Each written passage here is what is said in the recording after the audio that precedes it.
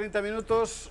Don José María Francás, ¿cómo está usted? Bueno, miércoles bien. Habló Rajoy en la audiencia, enorme expectación de lo que ha dicho él allí. Aquí lo hemos retransmitido en directo, Gonzalo Vans lo ha estado glosando. Usted habrá sacado una conclusión del género, ¿y para esto tanto? Pues claro, eso ya lo habíamos dicho aquí.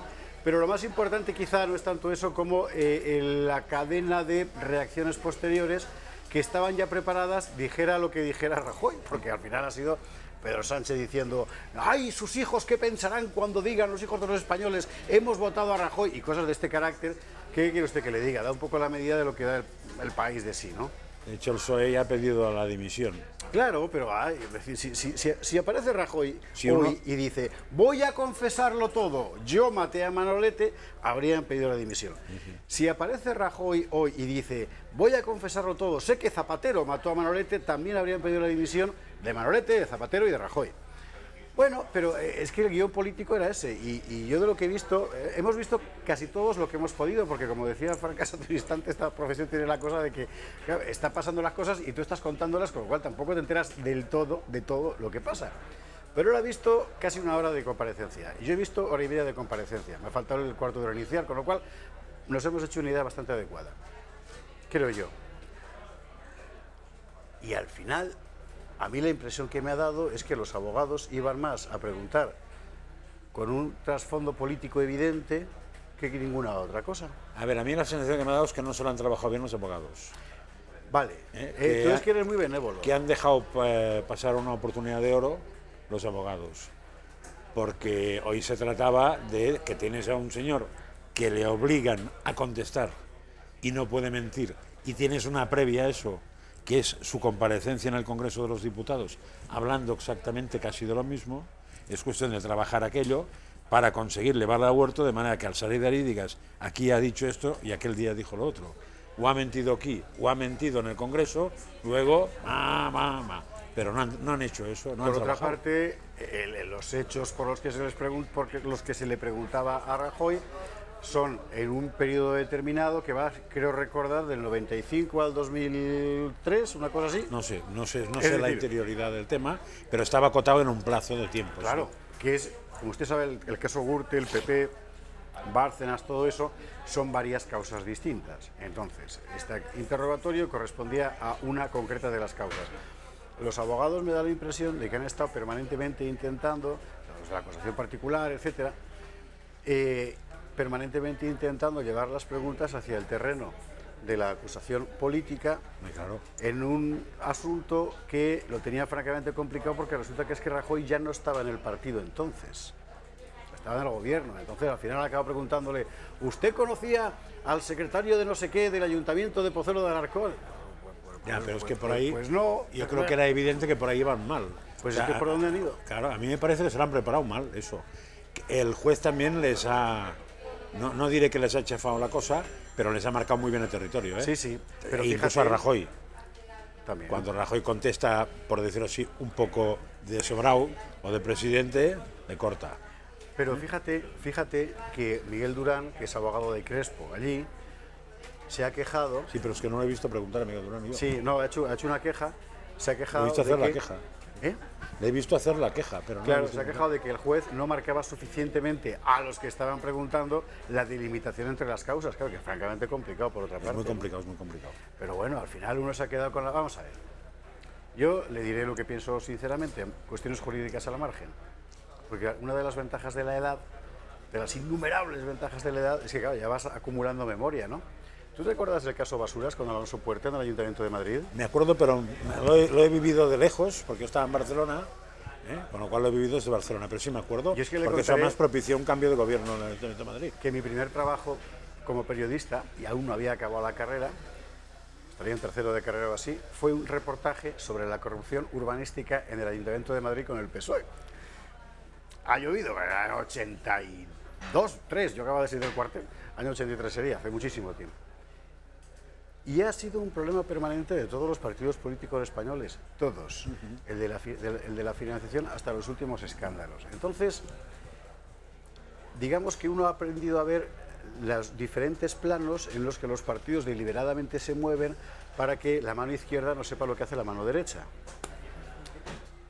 Mejor dicho, para que la mano derecha no se manche con el estiércol de la mano izquierda, porque saberlo probablemente lo sabe, ¿no? Sí, además de que lo que es la financiación de los partidos, la legislación ha evolucionado, con lo cual es muy importante saber que un comportamiento en el año 2002 puede no ser delictivo y si lo es en el 2014. Y en el 98 es aplaudible. O sea, eso ha cambiado. Y además ha cambiado el Código Penal, donde ahora la financiación ilegal de un partido es delito para el partido y para el que financia, y antes no lo era. Entonces, como hay unos cambios legislativos, ahí se mezcla todo, pues tenemos es muy difícil acotar eso. O sea, yo me parece que lo que ha faltado es profesionalidad, insisto, en los abogados sobre todo, para tener muy claro qué podían hacer y dónde estaba el problema. Salvo que hubieran ido de antemano a sacar partido político. Ya, pero que entonces, visto el percal de... Vamos a ver. Pero entonces se saca muy poco, dicho sea con todo, pues claro. O sea, si lo único que querían, que podría ser, lo único que querían es que la frase, el presidente del gobierno de España tiene que ir a la Audiencia Nacional por corrupción, que es como se queda el titular, se podría haber ahorrado hasta preparar las preguntas. Claro, con decir, ¿cómo se llama usted, señor Rajoy? Muy bien, ya está, ya he preguntado. Pues yo, que soy una pésima persona de ánimo protervo, pienso que es exactamente a lo que iban y a nada más. Aparece una cosa que se llama Asociación de Abogados Demócratas por Europa, es decir, terminología jurídica donde la haya, y se persona como donde la haya, quiero decir, donde exista, no donde la haya de la capacidad. Pero podría ser de la haya y no pasaría nada. Y pretende que consideremos que es exactamente qué. Es evidente que se trata de una pantalla política. Sí, pero, ojo, muy legítima, yo no digo que no. Pero eso lo tienes resuelto, pero eso lo tienes resuelto simplemente con que vaya. Entonces, una vez tienes al pez en la pecera, puñeta, trabaja porque le puedes hacer mucha pupa al pez. Pero ellos saben que no. ¿Qué pupa le van a hacer al pez? Al final, sí. ¿Qué? Beberle... Vamos a ver, Rajoy... Como consigas, fíjate, hay dos opciones ahí. Una, la contradicción consigo mismo durante una mañana que puede ser eterna. Dos, la contradicción con, insisto, la otra vez que compadeció por lo mismo en el Congreso, pero que hay un acta de todo lo que dijo. Sí. Y que el susodicho no tiene por qué tener memorizado, ¿no? Y tres, la contradicción de lo que ha dicho con los testigos que han ido saliendo. Porque es evidente que el señor Rajoy hoy, por ejemplo, ha resuelto el tema clave con un asunto que es, no hay caja B. Hombre, él mismo ha dicho que hay caja B 2 minutos después. Pero no se han dado cuenta. Cuando él reconoce que de los papeles de Bárcenas alguna cosa realmente era verdad, sí, está reconociendo que había una caja B, puesto que el Pío García Escudero, por ejemplo, declaró que le habían prestado un dinero de qué caja sin entrar en contabilidad. Entonces, o sea, por poner un ejemplo bien tonto. Segunda cosa que han negado, no se pagaban sobresueldos en el PP. Hombre, todo el mundo sabe que se han pagado siempre sobresueldos, o siempre, ya no digo siempre, se han pagado habitualmente. Y ese todo el mundo sabe, y sobre todo está el origen, ¿no? Todo el mundo en el mundo político. Ha habido un momento... Porque no se escondían de eso. Bueno, ni el PP, ni para el PSOE, ni para nadie. Lo consideraba como fin normal. Claro, ¿no? Lo que yo no sé... a Canarias. Claro, y lo que yo no sé es si eso después cotizaba, no cotizaba. Era de dinero o era en B. Había un recibo, no había un recibo. Se pasaba. Eso es lo que no sé. Pero eso lo puede saber un... Claro. Coño, pero un abogado que cobra por ello sí que tiene que saberlo, el abogado del Estado lo ha dicho. No voy a hacer ninguna pregunta porque aquí solo estamos por la cuestión fiscal. No, iba a decir lo siguiente. Rajoy, ha habido un momento... Rajoy tiene un gesto muy singular cuando pierde pie, que es que pone la ceja oblicua. Entonces, eso lo ha hecho un par de veces. Solo 2.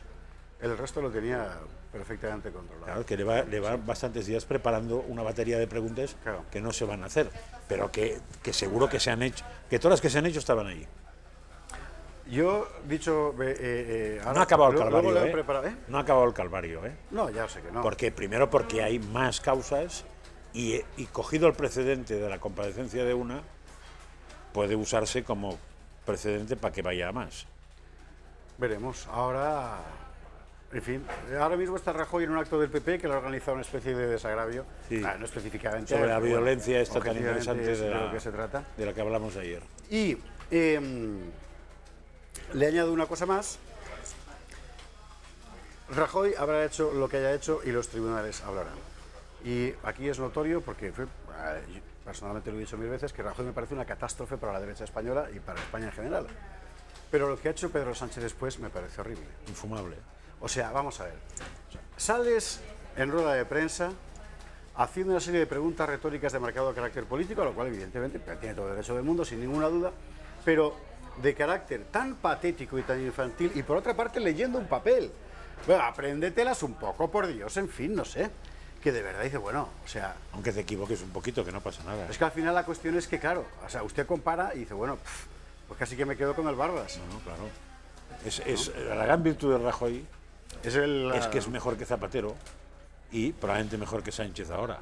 No, es que da la impresión de que yo la por oposición la han diseñado a la medida del PP. Claro, yo por eso siempre que me ha tocado criticar a Rajoy, que siempre que he hablado de Rajoy, procuro, para intentar ser justo, sacar algo de lo que hay alrededor, porque si no, no seríamos justos. Es decir, ¿Rajoy ha resuelto el tema económico de España? No lo ha resuelto bien. No. Pero el otro lo resolvió, francamente, peor, muchísimo. Bueno, lo resolvió. Con el otro nos moríamos. Que era un problema de desastre. Con el otro nos moríamos. Ahora, yo creo que es injusto machacar a Rajoy sin hacer constancia de que lo que había antes era peor. Estoy de acuerdo contigo. Es injusto. Con lo cual hay que hacer una salvedad siempre. Pero a mí el personaje no me gusta en lo que ha hecho políticamente. Y en el único tema que ha tocado, porque en el resto no es que no me guste, es que ha estado ausente, que es el tema económico, siempre hago la misma reflexión. O sea, España ha salido de la crisis en base a que el mundo privado sí ha sufrido con la crisis, sí ha salido tocado y sí se ha espabilado. Y sí la ha pagado. Y sí la ha pagado.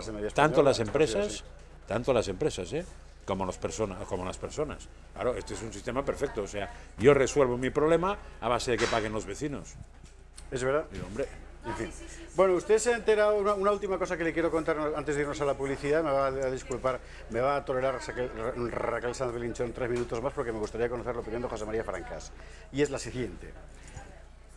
Está la izquierda mediática indignadísima con la policía por la violencia empleada para neutralizar al yihadista o lo que sea de Melilla. O sea, por tirarle lo de plástico a la cabeza. Están indignadísimos. Dicen que es un uso abusivo de la violencia. Vale. Vamos a ver las imágenes tal como las sirvió ayer la agencia EFE. Al final, yo lo voy a ir contando por encima lo que pasa. Al final del vídeo es donde está el... Vamos, Raquel, cuando quieras, por favor, vamos al PC. Esto es la frontera. Al fondo va a ver usted aparecer a un sujeto armado con un cuchillo de 38 centímetros, de los cuales 25 de hoja. 25 centímetros de hoja. La policía se despliega. Ni uno solo de ellos hace ademán de sacar la pistola, cosa que ya tiene su mérito. La gente corre, se quita del medio. Hay uno que echa mano de la porra, una porra de plástico más corta que el cuchillo que esgrimía el fulano. Que después la vuelve a enfundar antes de que se resuelva el tema. Exactamente. Vamos a ver, de verdad, yo todavía no entiendo por qué la policía en España no puede darle un tiro en un pie a un tipo que va gritando Alá es grande con un cuchillo de 38 centímetros, pero bueno. En Estados Unidos creo que no hubieran dudado nada. Sí, además no en el pie. Esa cosa que aparece con pantalón corto blanco y camisa azul no es que sea un señor del Oviedo del club de fútbol, sino que es el yihadista en cuestión. Y aparece con el cuchillo, gritando tal. Vamos a ver, sistema español de neutralización. Toma. Ahí estamos. Gracias, Raquel. Volvemos a la imagen general. Muchas gracias. ¿Esto es la violencia abusiva de la policía contra un...? A mí me gustaría que el que protesta se encuentre con la situación y la resuelva. La izquierda que tiene se un queja problema tanto, general, no solo en España. El que se queja tanto que se encuentre con la y es un situación y la problema resuelva. psiquiátrico, es un problema psicológico, porque el masoquismo es una perversión psicológica. Sí. Entonces, claro, el masoquista ha encontrado en el yihadista al sádico ideal, porque todo le da lo mismo. Entonces tienes a una buena parte de la sociedad occidental completamente hundida y degenerada y suicida y tal, deseando que llegue el sádico que la haga gozar. Yo no entiendo, no puedo entender de otra manera un juicio semejante, la verdad. Pues probablemente has dado bastante en el clavo, sí. Bueno, por lo que a nosotros respecta, enhorabuena a la policía, sí, y al tipo que tuvo la idea de cogerla. Sí. Claro. ¿Es una resolución de academia de policía?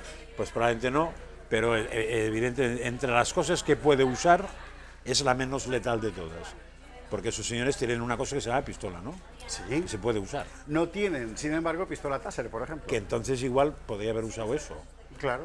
Pero si no tienen es difícil. Hombre, hay una opción, que es plantarse delante del otro, a ver quién puede más, si el cuchillo del otro, otro puño. Claro, efectivamente. Pero claro, igual, por eso es digo que como se te vaya la mano y el cuchillo acabe clavado en el costado del atacante, se te ha arruinado la vida. Se te ha arruinado. Y si te clava la tuya, probablemente se puede acabar tu vida también. Eso además. Bueno, hay un policía herido con un corte fuerte en la mano. Con lo cual, claro, el que vea maneras mejores, que haga la prueba, que como vídeos tienen todos los teléfonos, que lo haga. A ver cómo neutraliza a un señor. Yo de verdad que no lo entiendo. En fin, bueno, sí lo entiendo. Operación antiyihadista, por cierto, en Balmaseda, Vizcaya, y no ha sido contra el entorno Berchales, sino contra el yihadismo estricto sensu. Sí, un detenido de momento. Sí. Y por otra parte, Ángel Nieto, gravísimo después de un accidente en quad, en Ibiza. Así, eso no lo sabía. Sí, ha sido hace un rato. Iba corriendo con un quad, en fin, él vive en Ibiza hace tiempo. Con un quad en agua. Se chocó contra una moto, así que debió de ser en campo. En campo, joder. En campo o en carretera. Pues los quads son muy peligrosos, ¿eh? Sí, porque vas muy desprotegido y es muy grande. Sí. Entonces, del motorista no sabemos lo que ha pasado, pero Ángel Nieto estaba ingresado, entubado y muy malo. Sí. Vamos, se me ha muerto un amigo con quad. Esperemos que se recupere. Vámonos a la publicidad, que ya me han dado suficiente cuartilillo hoy, y a la vuelta más información, Frank Asmuth. A comer. Muchísimas gracias. A ti.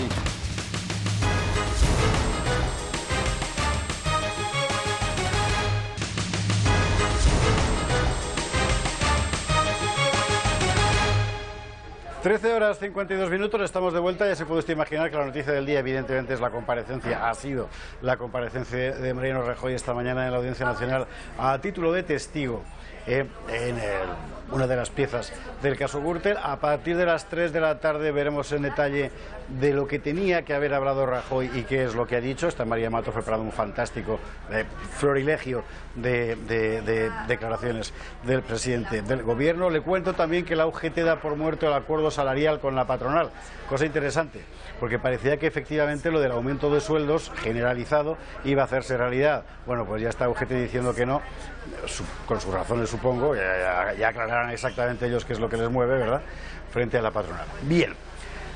No piense usted que España es el único país del mundo donde los bancos tienen un poder extraordinario sobre el que no dan cuentas.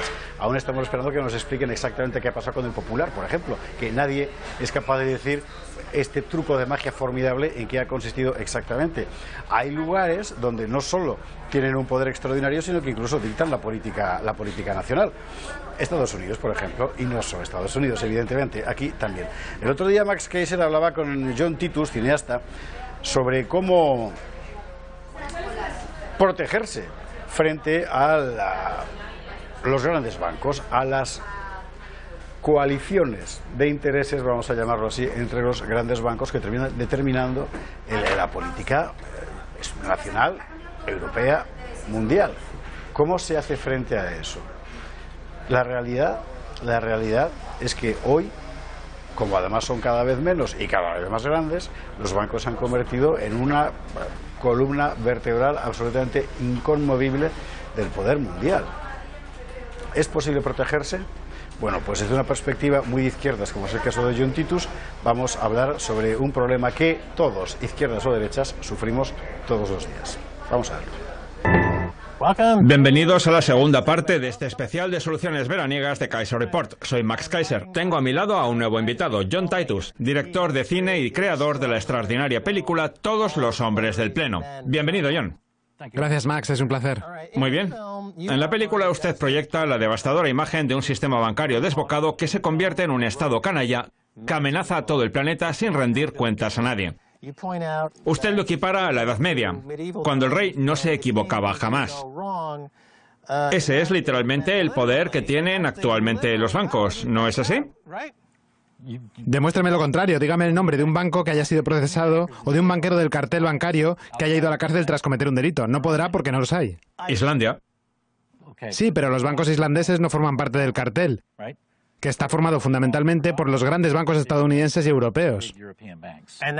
Y esos miembros protegidos del cártel bancario figuran en una lista que obra en poder del Banco de Pagos Internacionales y del Comité de Estabilidad Financiera.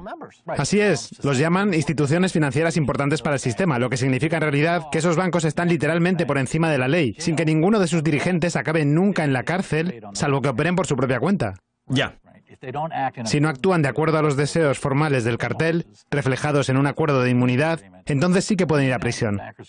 El problema es que actualmente los bancos cumplen los criterios del grupo Blackstone sobre entidades con poder soberano. Igual que el rey no puede equivocarse, los bancos tampoco. El cartel es el soberano. Ya he dicho muchas veces, y me interesa mucho conocer su opinión al respecto, que si hay tanta polémica alrededor de países como Rusia o China, es porque no forman parte de ese cártel. Y los miembros del cártel saben que para mantener la estafa Ponzi en pie hace falta meterlos en la organización. ¿Está de acuerdo? Hay dos formas de verlo. Una es la que acaba de decir usted. Los bancos son como los reyes. Los bancos no respetan límites geográficos y no puede haber dos reyes en un mismo reino. Cuando ven a mandatarios como Xi Jinping en China o Putin en Rusia, critican que puedan ser soberanos de sus respectivos países. Y como en un mismo reino no puede haber dos reyes, les instan a que se marchen.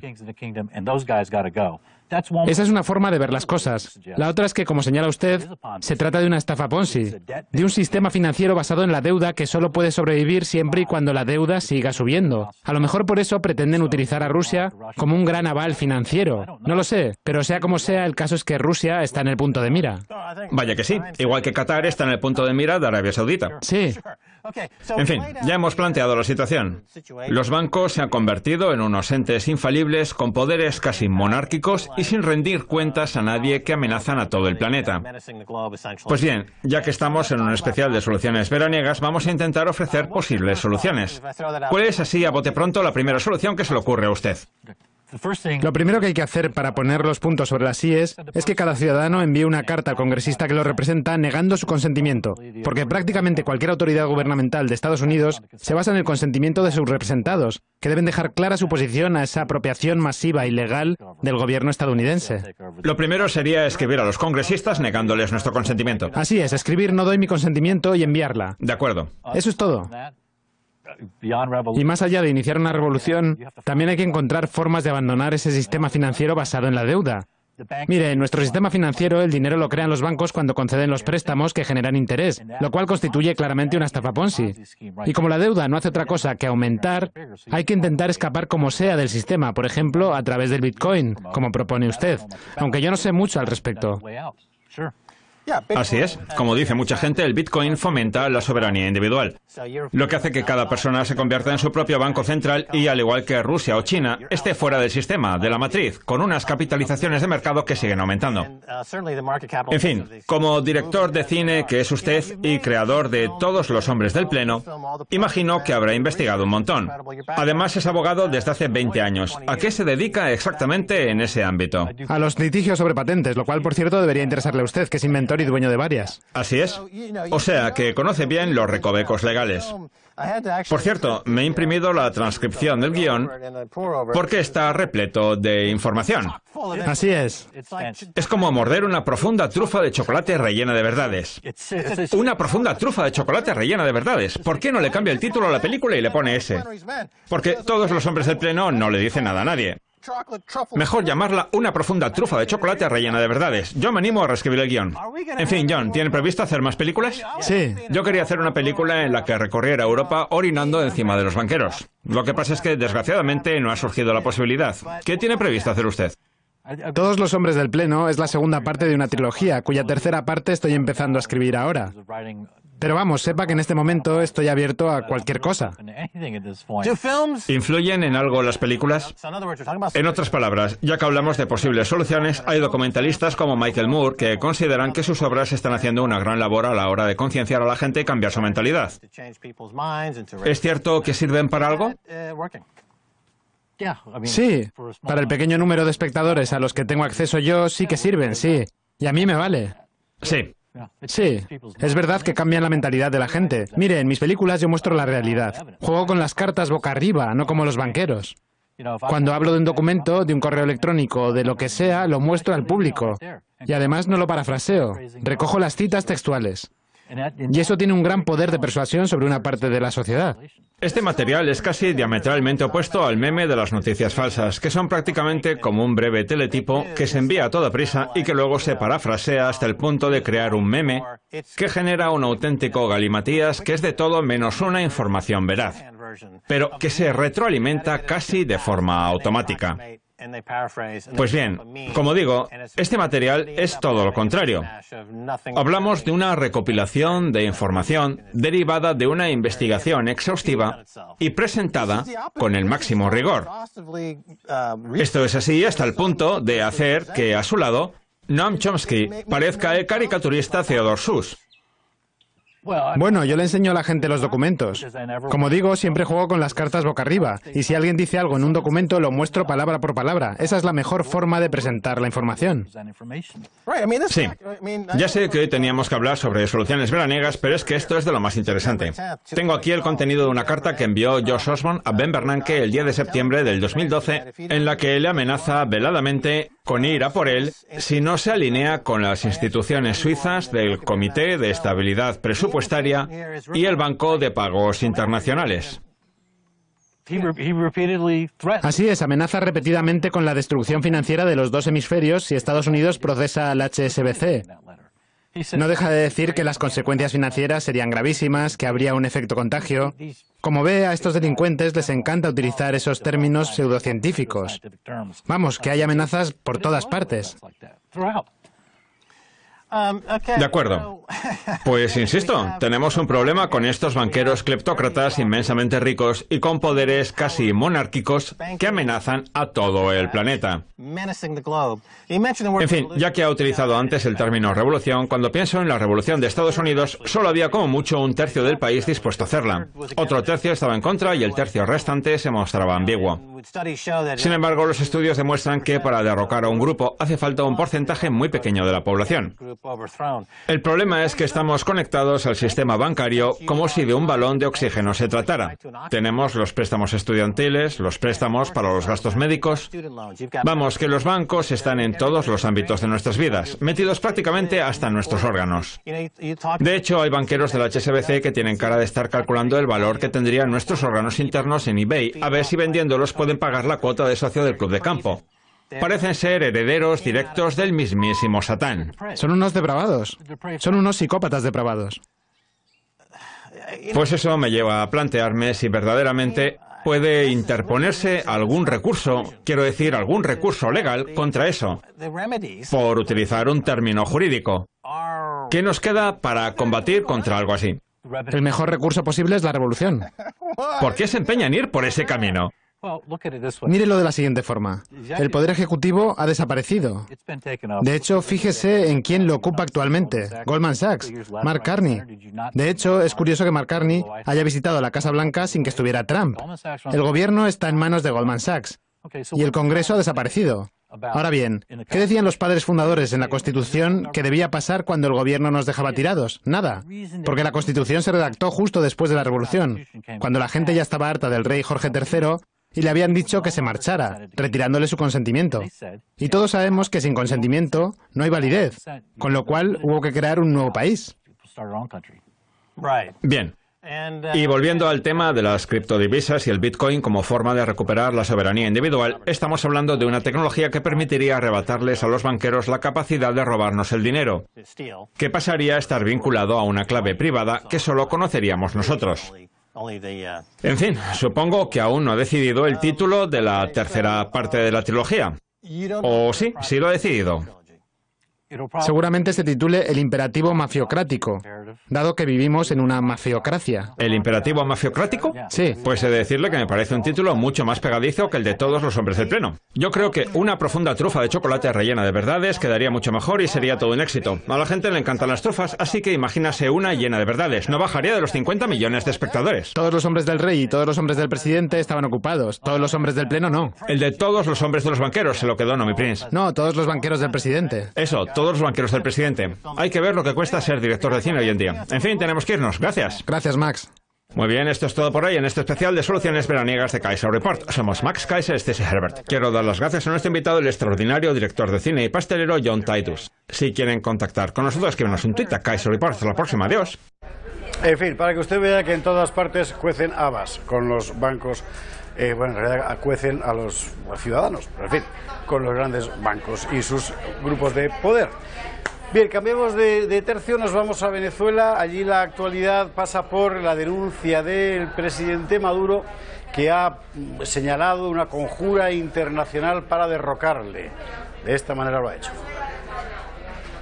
El presidente de Venezuela, Nicolás Maduro, exige explicaciones públicas e inmediatas a Estados Unidos, México y Colombia por las declaraciones del director de la CIA, Mike Pompeo, en una entrevista en Aspen. El mandatario calificó las palabras del alto cargo de injerencistas y señaló que evidencian un plan para derrocar a su gobierno. El director de la CIA ha dicho que la CIA y el gobierno de Estados Unidos trabaja en colaboración directa con el gobierno de México y el gobierno de Colombia para derrocar al gobierno constitucional de Venezuela e intervenir a Venezuela. Según las palabras de Maduro, las oligarquías latinoamericanas en complot con Washington están desesperadas porque se les está acabando el petróleo. Señala que a México y Colombia le quedan aproximadamente 5 años de reservas de crudo y por ello tienen puestos los ojos en el de Venezuela. El mandatario reiteró que la Asamblea Constituyente es la garantía para la paz y que el gobierno de Venezuela pertenece a sus ciudadanos. La pasada jornada, una manifestación convocada por la oposición en homenaje a las víctimas de los últimos meses de protestas derivó en enfrentamientos con la policía. El gobierno Maduro ha construido su relato, buena parte de la sociedad venezolana lo cree, una parte seguramente menor de los medios internacionales lo creen también, y dentro de ese relato ocupa un lugar fundamental las elecciones constituyentes con las que Maduro pretende sustituir al poder legislativo vigente por otro poder legislativo nuevo creado a su imagen y semejanza. Las constituyentes son ya mismo en Venezuela. Vamos a ver cómo se preparan. Y en Venezuela las máquinas de votación para la constituyente del próximo 30 de julio ya están listas, así lo informó la presidenta del Consejo Nacional Electoral. También anticipó que las mesas se van a empezar a instalar este viernes. Son más de 13.000 los centros repartidos por todo el país. Asimismo, la máxima autoridad electoral ha avisado que en los locales donde se va a impedir o donde se impide el derecho a colocar la papeleta serán excluidos del directorio. La constituyente centra prácticamente toda la agenda del gobierno, incluyendo al presidente de la nación, que promovió estas elecciones en medio de un encuentro con los transportistas del país. Esta de las constituyentes es uno de los grandes elementos de la actualidad en Venezuela, y el otro simultáneamente es el paro general convocado por la oposición y sobre cuyo seguimiento informaremos mañana cuando tengamos datos más concretos sobre lo que allí está ocurriendo. De momento lo que tenemos son las declaraciones de Leopoldo López pidiendo que se apoye este paro general y denunciando que Venezuela está ante una amenaza clara, cosa que por otra parte es verdad. La agencia EFE ha subido esas declaraciones y las vamos a escuchar de inmediato. Vamos a ello. Hoy en Venezuela estamos ante una amenaza. El dirigente opositor venezolano Leopoldo López aseguró que Venezuela está ante una amenaza clara de aniquilamiento de la República y de la democracia y pidió a los ciudadanos a seguir con las protestas de calle. López envió su primer mensaje al país bajo arresto domiciliario, tras pasar 3 años y medio recluido en la prisión militar de Ramo Verde, cerca de Caracas, en el que mostró su total rechazo a la Asamblea Nacional Constituyente que impulsa el gobierno de Nicolás Maduro para cambiar la Carta Magna. El opositor recordó la consulta popular del pasado 16 de julio como una forma de manifestación pacífica contra la Constituyente. Salimos millones de venezolanos a votar para desconocer el proyecto de imposición y desmantelamiento de la República. Leopoldo López subrayó en su discurso 3 puntos muy concretos: el ya conocido rechazo al proyecto de la Constituyente, la obligación de la Fuerza Armada Nacional de cumplir con la Constitución y el mandato de la Asamblea Nacional para componer los poderes públicos y convocar unas elecciones que puedan abrir las puertas a un gobierno de unidad nacional. A Nicolás Maduro quiero enviarle un mensaje claro y firme. El pasado 16 de julio el pueblo venezolano habló. Y el mensaje tiene que ser acatado. Y especialmente quien tiene que escuchar ese mensaje es usted. Además, dijo que al acatamiento de la Constitución se pueden llegar por 2 caminos, uno pacífico y ordenado, que es al que aspiran la inmensa mayoría de los venezolanos, y el otro mediante las protestas de calle que duran ya casi 4 meses. López finalizó diciendo que aunque su mensaje pueda representar un riesgo para él, no teme regresar a su celda. Bueno, y mire usted por dónde, además de todo esto, le sale a Maduro otro problema, una polémica realmente inesperada, por culpa de su música de campaña. La polémica del Despacito, que los compañeros de la cadena argentina Todo Noticias han contado de esta manera. Por parte de Maduro de cosas que son culturales pero difundidas a nivel mundial. Estamos hablando de la música. La música. Le cambiaron la letra a Despacito. Vamos a verlo ahora y a escuchar qué letra le pusieron para incentivar a la gente en la elección del domingo. A ver. La constituyente va. Hey, querido hermano, aquí estoy cantándote. Tengo un gran mensaje para ti. Es el llamado a la constituyente que solo quiere unir al país. Despacito, abre bien los ojos y mira a tu gente. Tiéndeles la mano hoy, mañana y siempre, que son tus hermanos los que están al frente. Despacito, ejerce tu voto en vez de las balas. Ve con tus ideas siempre en paz y en calma, y que la esperanza brille en tu alma. Bueno, lo curioso de esto es que lo usó Maduro, no lo vi cantando a Maduro. No, él siguió con las palmas. Siguió con las palmas. ¿Cómo habrá tomado, nos preguntamos esto, también el autor de este éxito mundial, ¿no? Luis Fonsi. Tenemos la respuesta, ¿no? Tenemos respuesta. Ceci, contanos qué pasó. Hola, bueno, Ceci. no, la verdad que no le gustó nada ni a él ni a Daddy Yankee, son los dos que interpretan este éxito, tampoco a la coautora del tema. Los dos publicaron en sus cuentas de redes sociales, principalmente en Instagram, hicieron como una especie de comunicado donde dice que, por ejemplo, Luis Fonsi, que en repetidas ocasiones he dicho lo mucho que disfruto las versiones que han salido de Despacito a nivel mundial, en ningún momento se me ha consultado, ni yo he autorizado el uso o el cambio de la letra de Despacito con fines políticos, mucho menos en medio de la deplorable situación que vive un país al que quiero tanto como es Venezuela. A ver, nosotros también lo escuchamos Despacito en muchos spots locales, acá en Argentina están usando la música también, pero la realidad es que acá lo que él no quiere saber nada con que en Venezuela y Maduro sea el que use su canción, ¿no? Sí, me parece el más contundente, ¿no? Mi música es para todos aquellos que quieren escucharla y disfrutarla, no para usarla como propaganda que intenta manipular la voluntad de un pueblo que está pidiendo a gritos su libertad y un mejor futuro. Dice. Y abajo dice SOS Venezuela. Bueno, hay una postura muy general, ¿no? De los músicos latinos, Carlos Baute, Alejandro Sanz, por ejemplo, por nombrar algunos, que están muy en contra de todo lo que es el régimen de Maduro, y acá se suma Luis Fonsi. Y Daddy Yankee también es muy duro, con una foto tachada en donde dice que se puede esperar de una persona que le ha robado tantas vidas a jóvenes soñadores y a un pueblo que lo que busca es un mejor futuro para sus hijos. Y Erika Ender, que es la coautora que les mencionaba también de Despacito, dijo: me indigna y no apruebo que se utilice. O sea que no quieren saber absolutamente nada, principalmente con Maduro. Bien, seguramente cada revolución está a la altura de la música que emplea. Es lo menos que se puede decir de este asunto. Vamos a cambiar de tercio, seguimos en información internacional, vamos a ver un poco de China, porque resulta que el Fondo Monetario Internacional ha dejado caer que igual pone su sede en China.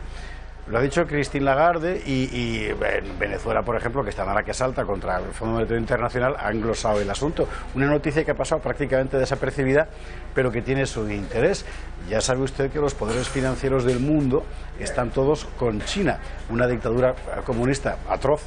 Sigue siendo atroz. Acabamos de ver a un premio Nobel morir prácticamente en la cárcel, lo han sacado para morir, un premio Nobel de la Paz, un opositor político, pero como son muy ricos, o por lo menos compran mucho por ahí, por mejor decir, pues todo el mundo les hace la ola. Bien, el Fondo Monetario Internacional también. Vamos a ver.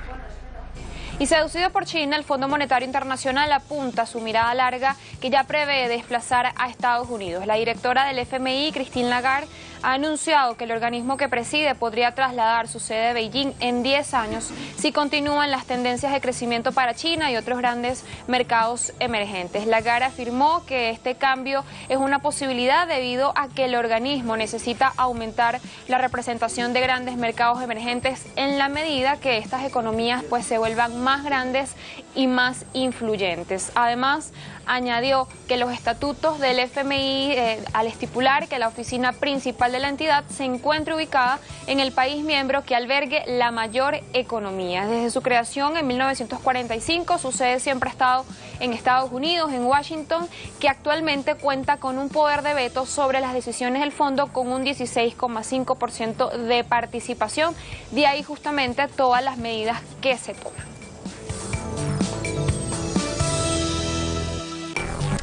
Otra victoria de Pekín, además de esto, desde el punto de vista de la imagen, es evidente que es muy importante. Otra victoria, digo, es que Hong Kong ha bajado la cabeza en términos de presencia pública frente al coloso chino.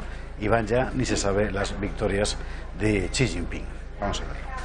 Hong Kong anunció este martes un plan que permitirá a China regir su nueva estación de trenes bala, un hecho que ha generado temor entre algunos sectores por la pérdida de libertades. Según apuntaron medios locales, el ejecutivo hongkonés explicó que algunas partes de la terminal, que albergará las salidas y llegadas del futuro tren de alta velocidad que conectará Hong Kong con Cantón, serán alquiladas al gobierno chino y se considerarán legalmente fuera del territorio. Tras décadas como colonia británica, Hong Kong regresó a soberanía china en 1997. Y en su retorno el régimen comunista se comprometió a mantener un sistema de derechos impensable en otras partes de la nación, como libertad de prensa o de expresión. En base a este sistema, y salvo algunas excepciones, la legislación china no se aplica en Hong Kong y las autoridades del continente no deben interferir en sus asuntos. Consciente de la polémica, el ejecutivo hongkonés de Carrie Lam aseguró que el acuerdo con Pekín no violará la llamada ley básica hongkonesa. Alrededor de 200 agentes chinos trabajarán en la zona y contarán, entre otros, con salas de detención, según el plan presentado este martes, que se espera que consiga el apoyo necesario en el legislativo hongkonés para ponerse en marcha el año que viene. Hong Kong quería ser independiente. China, que es China, no es España, consiguió que el Reino Unido, que quería a toda costa mantener Gibraltar y también Hong Kong, sin embargo, con Gibraltar se sale con la suya y con Hong Kong no, y cedió Hong Kong a China. Hong Kong, o sea, a Hong Kong se le prometió, bueno, seguiréis siendo un país, una zona, un país, una ciudad, en fin, capitalista, seguiréis teniendo vuestras libertades, seguiréis no sé qué, será un país, dos sistemas. Al final será un país, un sistema inevitablemente, y Pekín tratará de aspirar todos los recursos que pueda de Hong Kong, como es, por otra parte, inevitable cuando uno tiene enfrente o al lado a un coloso de esas dimensiones. Por cierto, hablando de colosos, China tendrá que hacer algo con Corea del Norte.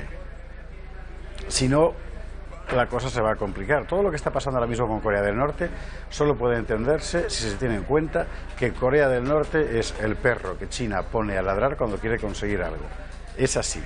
Corea del Norte, además, pues tiene, por supuesto, su propio diseño nacional, sus propias aspiraciones ideológicas, todo lo que usted quiera, sí, pero depende en un 80% en lo político y en lo económico de China. Ahora Corea del Norte ha dado en amenazar a los Estados Unidos con un ataque nuclear, nada menos. Vamos a ver cómo lo acaba de contar la agencia F. Raquel, cuando quieras vamos a ello. Corea del Norte amenazó este miércoles a Estados Unidos con realizar un ataque nuclear preventivo. Se insiste en su actual postura y en sus insinuaciones de que podría realizar un ataque militar contra Pyongyang. Así lo dijo el ministro del ejército norcoreano, Pak Jong-sik, en un momento en el que se cree que Corea del Norte podría planear otro lanzamiento de misiles después de que la cadena estadounidense CNN informara del despliegue de equipamientos cerca de la localidad de Kusong, al oeste del país. En las cercanías de este municipio, el ejército norcoreano realizó en numerosas ocasiones sus lanzamientos de misiles más importantes, como el Hwasong-14, su primer misil balístico intercontinental, aparentemente capaz de alcanzar algunos puntos de Estados Unidos. Los continuos test de armas del régimen de Kim Jong-un han incrementado la tensión en la península y endurecido la retórica de la administración Trump.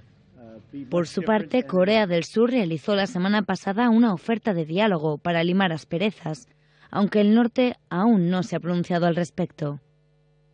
Insisto, la clave de la cuestión no está en Pyongyang, sino que está en Pekín. Bien, y en cuanto a los Estados Unidos, pues ellos siguen con lo suyo. ¿No cree usted que la cosa la tienen particularmente fácil? Vamos a ver. Trump está intentando sacar simultáneamente varias cosas a la vez. Por una parte, una remodelación del sector energético en Estados Unidos que apuesta mucho por las tecnologías de fracking. Por otro lado, una reforma sanitaria que corrija a su vez la reforma sanitaria de Obama. Al mismo tiempo, tratar de contener a los lobbies norteamericanos en la cuestión de las sanciones contra Rusia e intentar que esas sanciones contra Rusia las acepte Europa, que no está por la labor. Y todo eso a la vez. Y es complicado. Vamos a verlo por partes, porque la retirada de la normativa sobre el fracking parece que ya es cosa hecha. Rusia Today lo ha contado así. Por otra parte, la administración Trump ha propuesto retirar un proyecto de ley que podría regular el polémico método de extracción de crudo conocido como fracturación hidráulica en tierras federales. Se trata de la normativa elaborada por el gobierno anterior que busca asegurar que las operaciones de fracking no contaminen las reservas de agua. Sin embargo, la regulación acordada hace 2 años nunca entró en vigor por haber sido objetada en los tribunales. Según el Grupo Ambiental Consejeros para la Defensa de los Recursos Naturales, la administración actual está sacrificando las tierras públicas al sector petrolífero. A su vez, desde el gobierno de Trump, denuncian que el cumplimiento de la normativa promovida por Obama impone costos injustificados a las empresas energéticas. Al respecto, el activista de la organización Sane Energy, Eric McGregor, opina que las políticas de Casa Blanca buscan proteger a estas compañías debido al dinero que se han gastado por parte del presidente en ellas.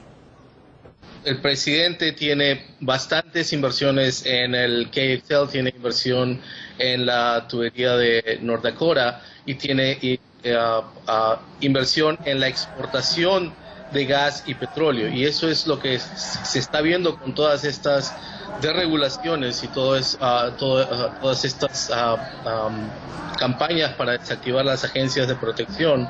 Cada estado, dependiendo de la tabla de agua y dependiendo del nivel de forestación que tienen regulaciones diferentes. Lo que hace esto es ratificar, y lo que se está viendo concretamente en los últimos años es que se les ha diezmado el presupuesto a las agencias estatales hasta el punto que ya no existen casi inspectores. Por cierto que este asunto deja a los activistas habituales en una posición compleja, porque por una parte es verdad que desde el punto de vista ambiental el fracking es una tecnología francamente complicada, pero al mismo tiempo le permite a los Estados Unidos una autonomía energética que le elimina cualquier dependencia de Oriente Próximo y Medio, con el consiguiente, la consiguiente relajación del ambiente bélico en esa región. Entonces, ¿esto es bueno o es malo? Bueno, sencillamente es lo que hay. Habrá que seguirlo con atención. El otro asunto que tenía Trump delante de la mesa, la cuestión de la ley sanitaria, del quitar el Obamacare para poner un nuevo sistema. Aquí hay que repetir siempre lo mismo, y me perdona usted que sea pesado, porque si no, no se entiende nada. El Obamacare famoso no consiste en ponerle a los norteamericanos un sistema de salud como el europeo pagado por el Estado. Consiste fundamentalmente en gravar a los ciudadanos con un impuesto para permitir que la industria médica, farmacéutica y del seguro organice una cobertura sanitaria.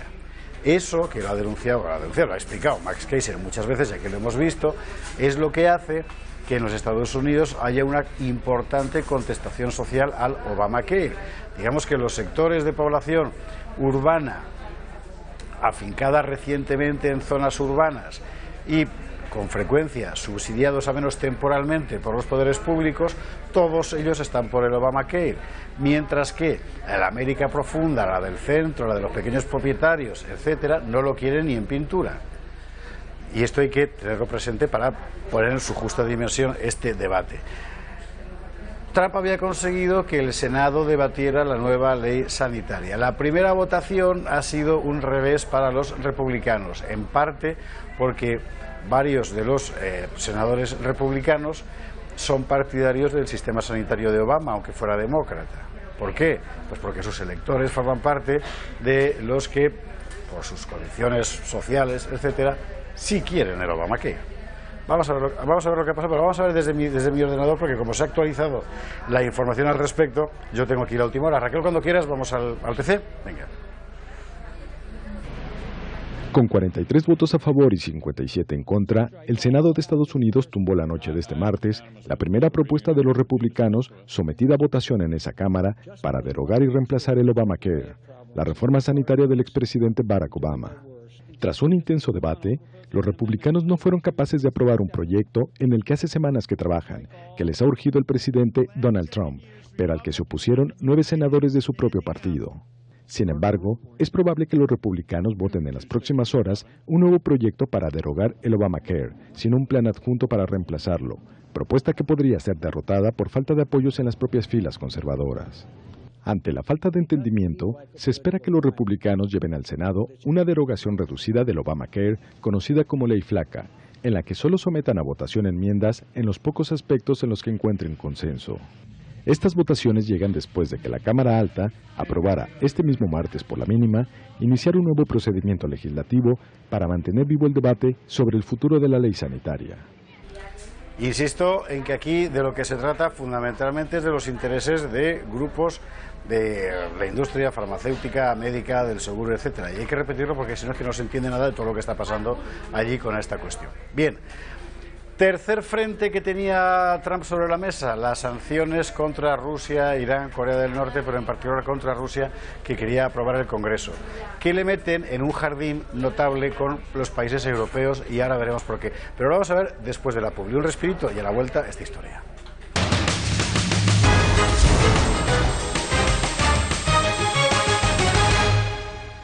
Este verano, ¿te vas a ir de vacaciones sin proteger tu hogar? Haz como yo y protégete con la alarma del líder. Contrata ya una alarma Prosegur con aviso a policía. Si alguien intenta acceder a tu hogar, la alarma, que está conectada 24 horas, 365 días al año a una central receptora de alarmas, envía la señal y de manera inmediata avisan a la policía. Solo Prosegur te ofrece un sistema de protección total anti-intrusión, anti-inhibición de la señal y antisabotaje del equipo. No lo pienses más, contrata esta semana y llévate gratis un detector de humo. Llama gratis al 900-900-555. Recuerda, 900-900-555 y contrata tu alarma Prosegur por mucho menos de lo que imaginas. Yo me voy de vacaciones tranquila. ¿Y tú? Volvemos en 2 minutos. Hablar de este jamón cocido es hablar del tiempo. De este no, de este. Porque en El Pozo hacemos así nuestro jamón cocido artesano, dándole tiempo al tiempo. Como dijo otro artesano, el tiempo siempre encuentra el final perfecto. Jamón cocido artesano de El Pozo. Ya no se hacen jamones cocidos así. El Pozo. Ana, ¿por qué mal vivir de tu pensión si tienes un piso en propiedad? ¿Qué hago, Eduardo? Puedes vender tu casa, pero conservando el derecho a vivir en ella. ¿Y cómo lo hago? Yo te la vendo y tú seguirás viviendo en ella para siempre, sin apuros ni estrecheces. También te puedo ayudar a ti. Llámame o ven a verme. Soy Eduardo Molet. En El Pozo hacemos así nuestro jamón cocido artesano, dándole tiempo al tiempo. Ya no se hacen jamones cocidos así. El Pozo. Que le tengo miedo a usted o qué, marica. Me importa un pimiento, me importa un rábano, un huevo, me importa un pepino. Bueno, rea mal parido, ¿por qué no recibe la plata más bien como todo el mundo? Podría tenerlo viviendo como un rey, pero ahora ¿sabe qué? Toca matar a su papá, su mamá, sus hijitos. Los tengo perfectamente reconocidos y ubicados con rea mal parido. Me la trae floja, me la suda, me la trae al fresco, me la pela, me la reflanflinfla, me la bufa. Es libertad de expresión debatir, incluso debatir en términos duros, incluso utilizar adjetivos calificativos pesados. Gracias por nada, con José Antonio Fuster. De lunes a viernes a las 10 menos cuarto. Solo en Intereconomía, ¿eh? Ah.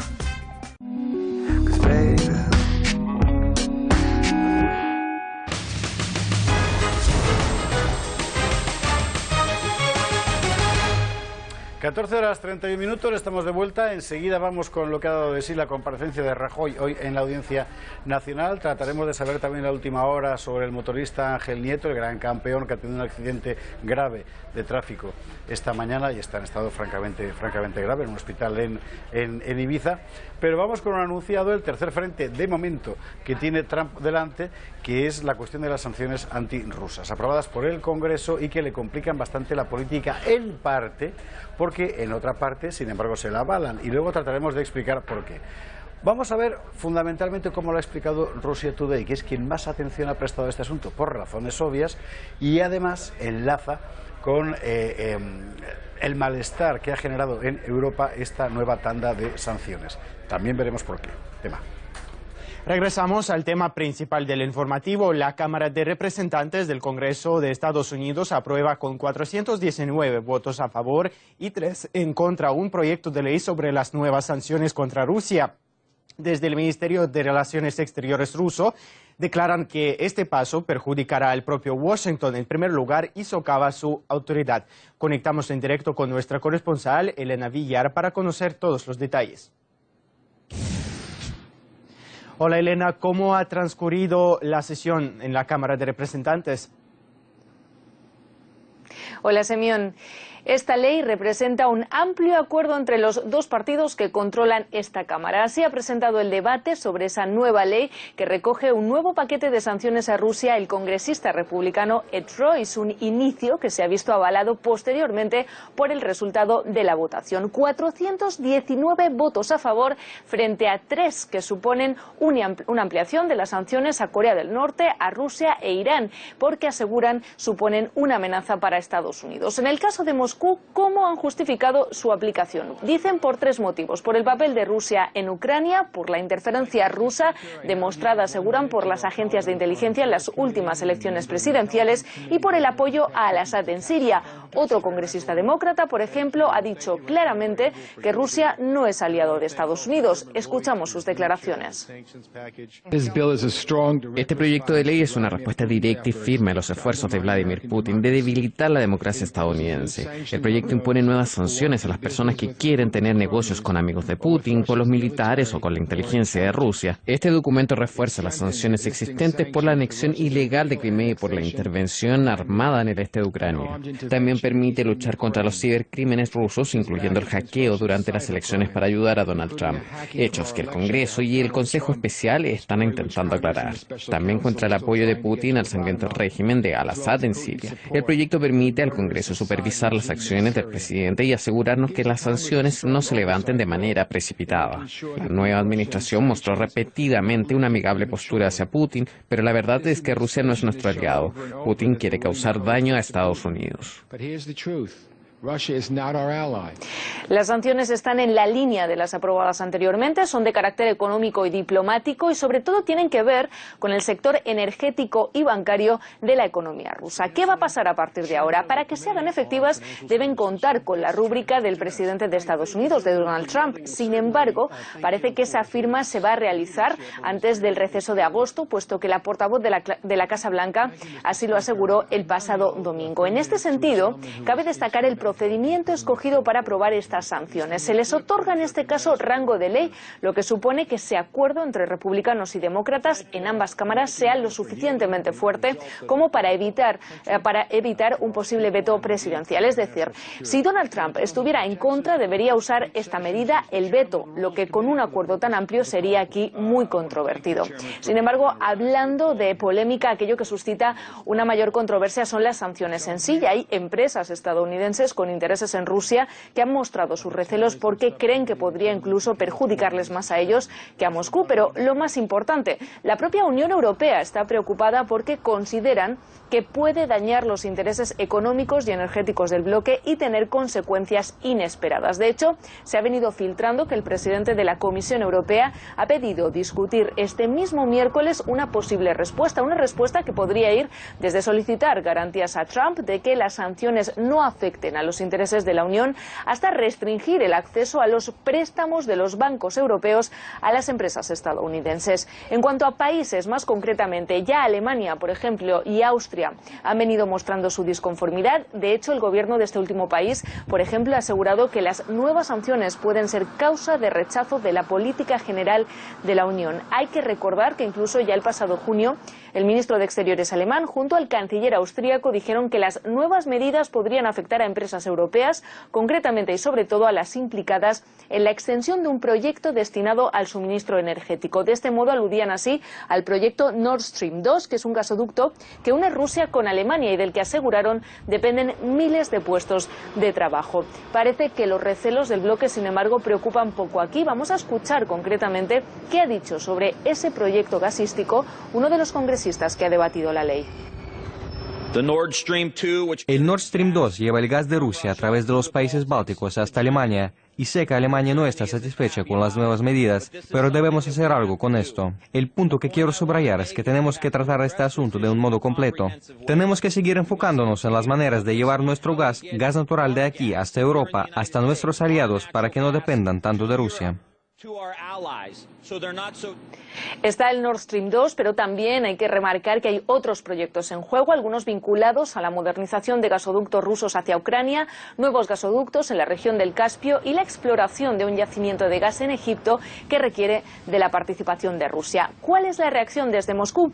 Pues el presidente del Comité de Relaciones Internacionales de la Duma del Estado de Rusia ha asegurado: las sanciones socavan la posibilidad de restablecimiento de las relaciones entre Estados Unidos y Rusia y las complican. De hecho, asegura que reduce la posibilidad de espacio para las maniobras diplomáticas. Previamente, el viceministro de Asuntos Exteriores ruso ya había afirmado que ese proyecto de ley coloca una mina muy peligrosa bajo los cimientos de las relaciones ruso-estadounidenses. Sergei Ryabkov asegura que están alarmados por este motivo y ha añadido que no ven ningún indicio de que remita la histeria rusófoba que dice se ha apoderado de todo el Congreso de Estados Unidos. Finalmente, remarcar que Ryabkov ha asegurado que las sanciones perjudican en primer lugar a Estados Unidos, ya que dañan su prestigio, siembran una profunda desconfianza y presentan a Washington como un socio extremadamente poco fiable e incluso peligroso.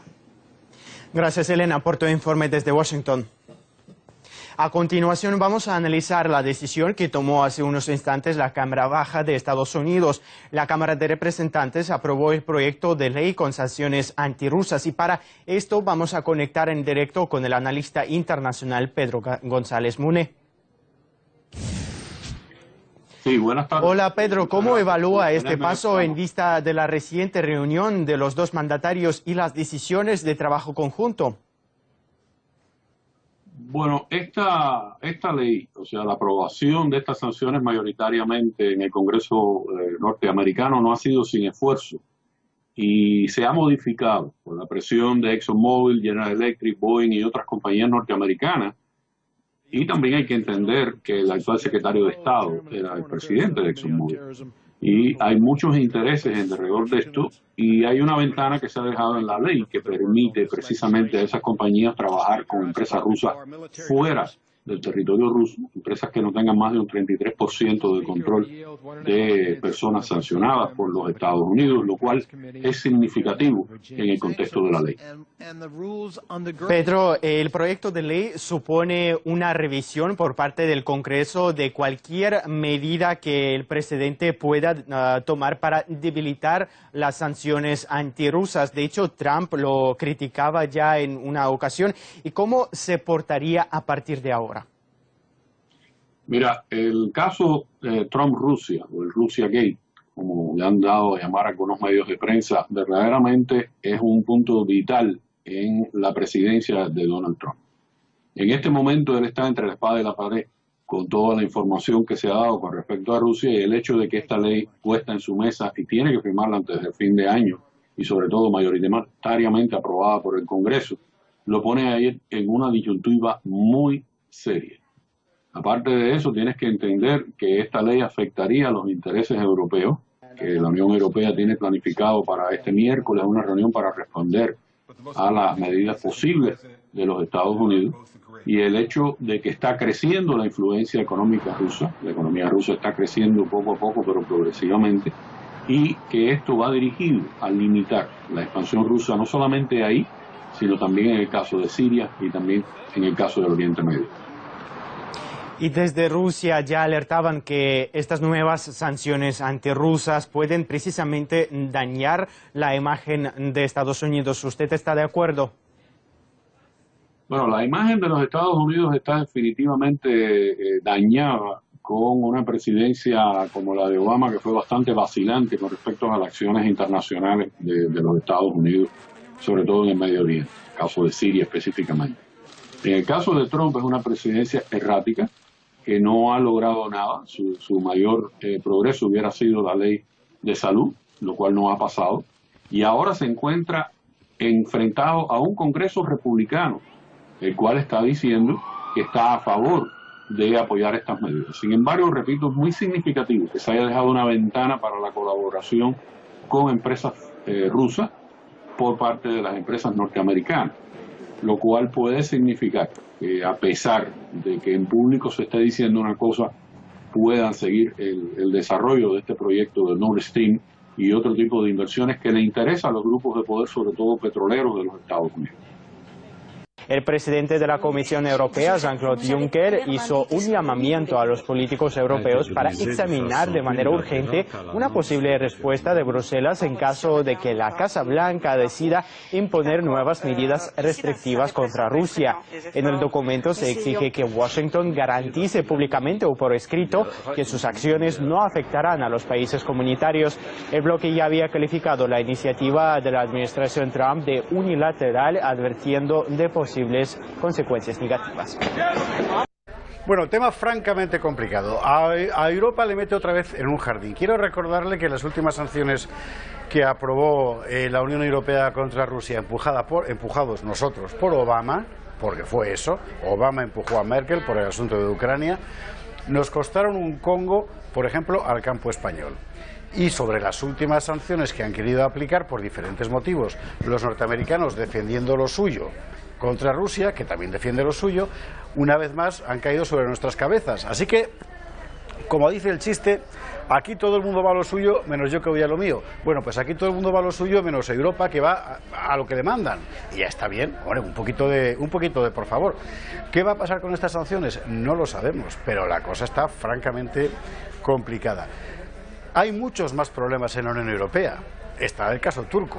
Lo de Turquía hay que verlo con calma, porque Turquía acaba de comprar, lo contaban el otro día, el sistema S-400 de misiles de defensa ruso.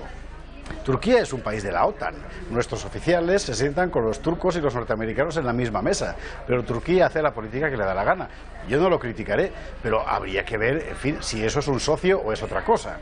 Ahora Europa tiene un verdadero problema con los turcos porque hay millones de turcos viviendo en Europa, lo hemos visto estos días en Alemania y en Holanda, entre otros lugares, y se supone que quiere entrar como República Islámica. Muchísimas gracias, Fátima García Manzano, que me pasa un papel que dice, ahí va. Esto es para que venga Fátima y lo cuente, pero bueno, como no... El juez deja en libertad sin cargos al asaltante de Melilla, al del cuchillo. Bueno, esto es una cosa impresionante. El juez deja en libertad sin cargos al asaltante de Melilla. Yo, de verdad que esto es para marcharse al monte y no volver, pero bueno, en fin. No, lo que de Turquía que le contaba, ¿ahora qué hacemos con ellos? Porque siguen teniendo puesta la solicitud de entrada en la Unión Europea, un estatuto de socio preferente, hasta donde yo sé, y eso ya es una república islámica, o va camino de serlo. Bueno, vamos a ver el último episodio sobre este problema turco, según nos lo ha contado la agencia EFE. La Unión Europea y Turquía manifestaron este martes su intención de seguir manteniendo contactos y cooperar en ámbitos como la inmigración, la lucha antiterrorista y la situación en Oriente Próximo, aunque también expresaron sus diferencias en materia de derechos humanos. Tras un encuentro diplomático bilateral en Bruselas, la alta representante de la Unión para Asuntos Exteriores, Federica Mogherini, instó a Ankara a respetar los principios del Estado de Derecho como país candidato a la adhesión, ante la deriva autoritaria del presidente turco Recep Tayyip Erdogan.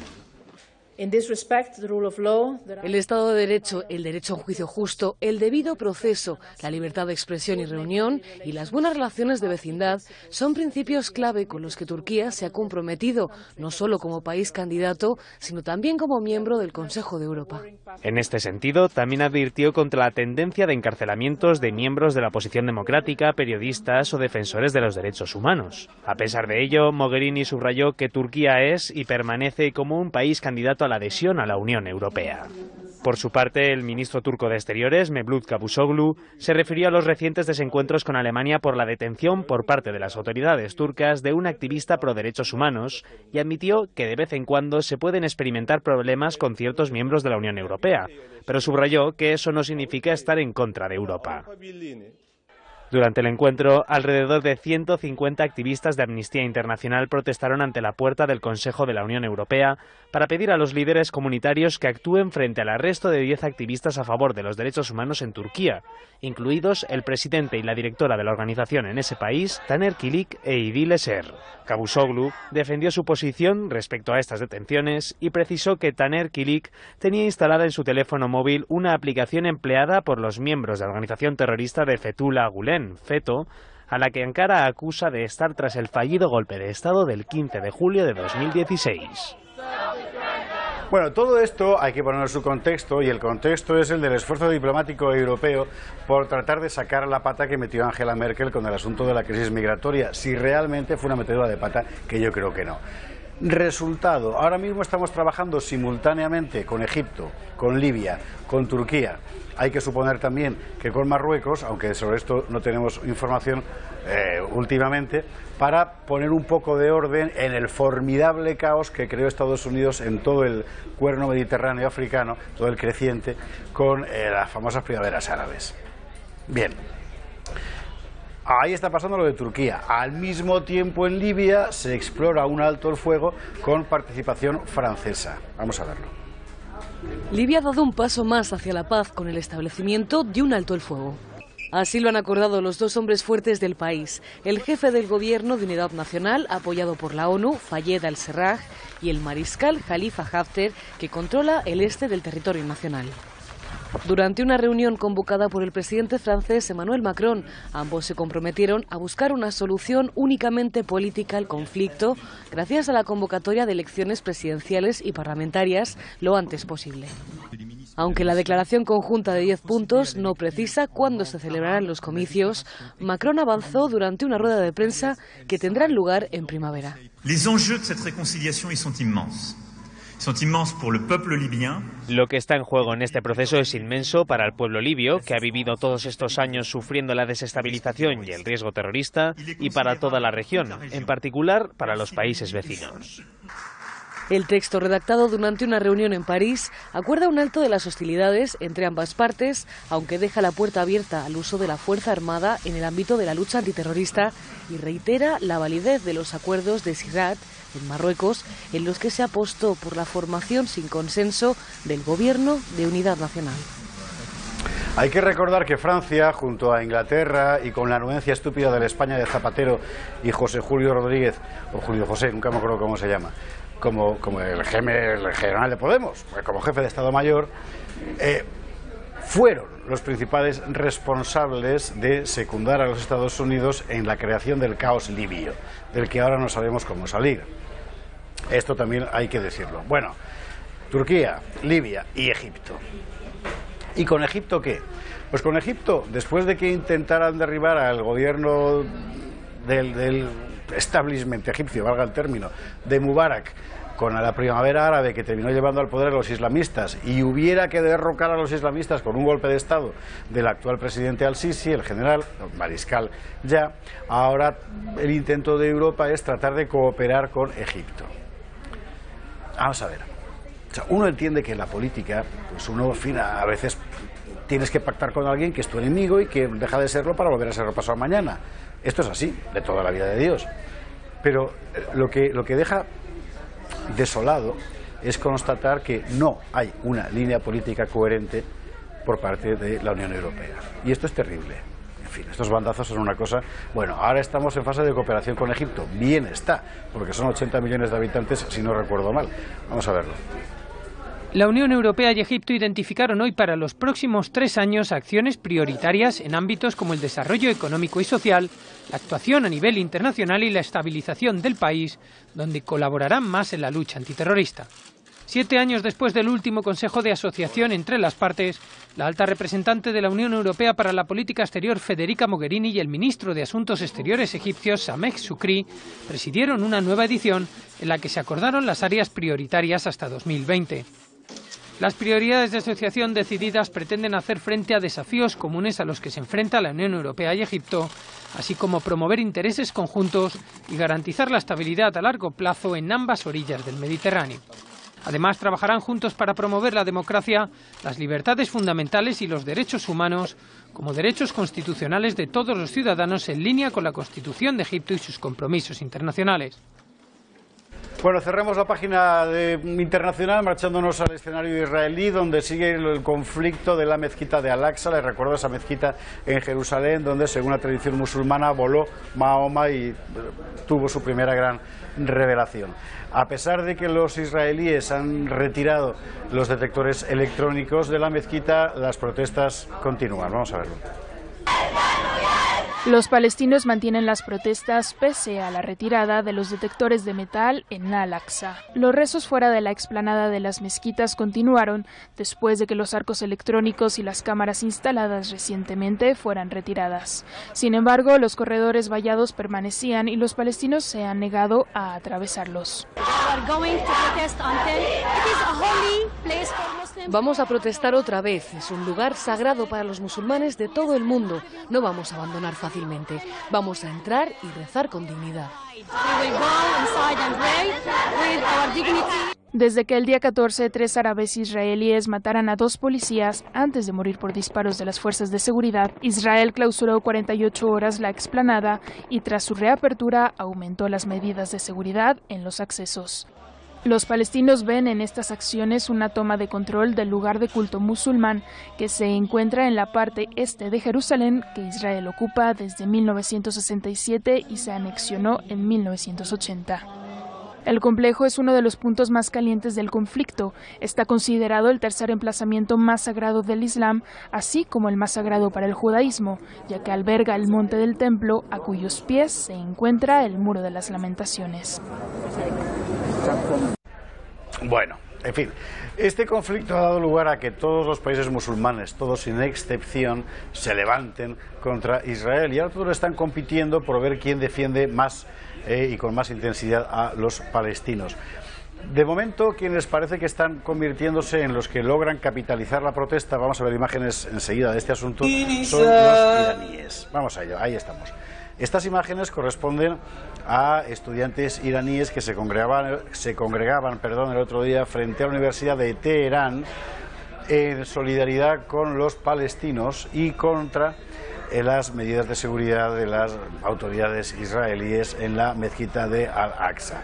No es Irán el único país, evidentemente, que se ha levantado contra las medidas israelíes, también ha sido utilizado abundantemente por la Liga Árabe, por Turquía, en fin, por prácticamente todo el mundo. El rasgo singular de Irán en esta cuestión es que Irán es chií, como usted bien sabe, y el resto son suníes, y los palestinos son suníes también. Pero a estos efectos, la solidaridad musulmana, la solidaridad de la Umma está por encima de esas diferencias. Y por otra parte, Irán ha señalado desde el principio a Israel como su enemigo, ya no en política exterior, sino como su enemigo metafísico.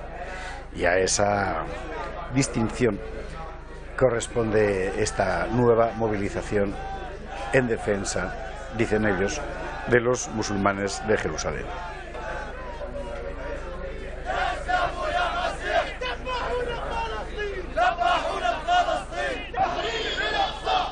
La cosa concluía el otro día la otra noche, con enfrentamientos violentos entre policías y manifestantes en Jerusalén, y todo el mundo pendiente, por cierto, de lo que vaya a pasar el viernes, que es día santo para los musulmanes, y todo el mundo teme que vaya a pasar allí, en fin, cualquier cosa. Vamos a ver las imágenes de la otra noche. Mientras tanto, en Jerusalén al menos 30 personas resultaron heridas durante un fuerte choque entre palestinos y policías israelíes. Durante los enfrentamientos, los agentes lanzaron gases lacrimógenos para dispersar las protestas. La violencia sacude esta zona tras un ataque realizado por 3 israelíes de procedencia árabe en el área del Monte del Templo a mediados del mes. Durante aquel asalto, 2 uniformados perdieron la vida. Después del hecho, las autoridades reforzaron la seguridad e instalaron detectores de metal en la zona. Sin embargo, ya han sido retirados. Bueno, este viernes veremos lo que ocurre. Vamos a pasar ya a información nacional. Enseguida vamos a destripar lo que ha dado de sí la comparecencia esta mañana de Rajoy en la Audiencia Nacional. Mientras tanto, querría contarle un par de cosas que colean, o 3. Una de las que colea, porque me parece que es algo que hay que plantear, en fin, lo hemos planteado poquísimos en España, pero es importante, es el hecho de que el día de Santiago, patrón de España, el rey se marche a Barcelona a venerar a Puigdemont en lugar de venerar a Santiago Apóstol. En fin.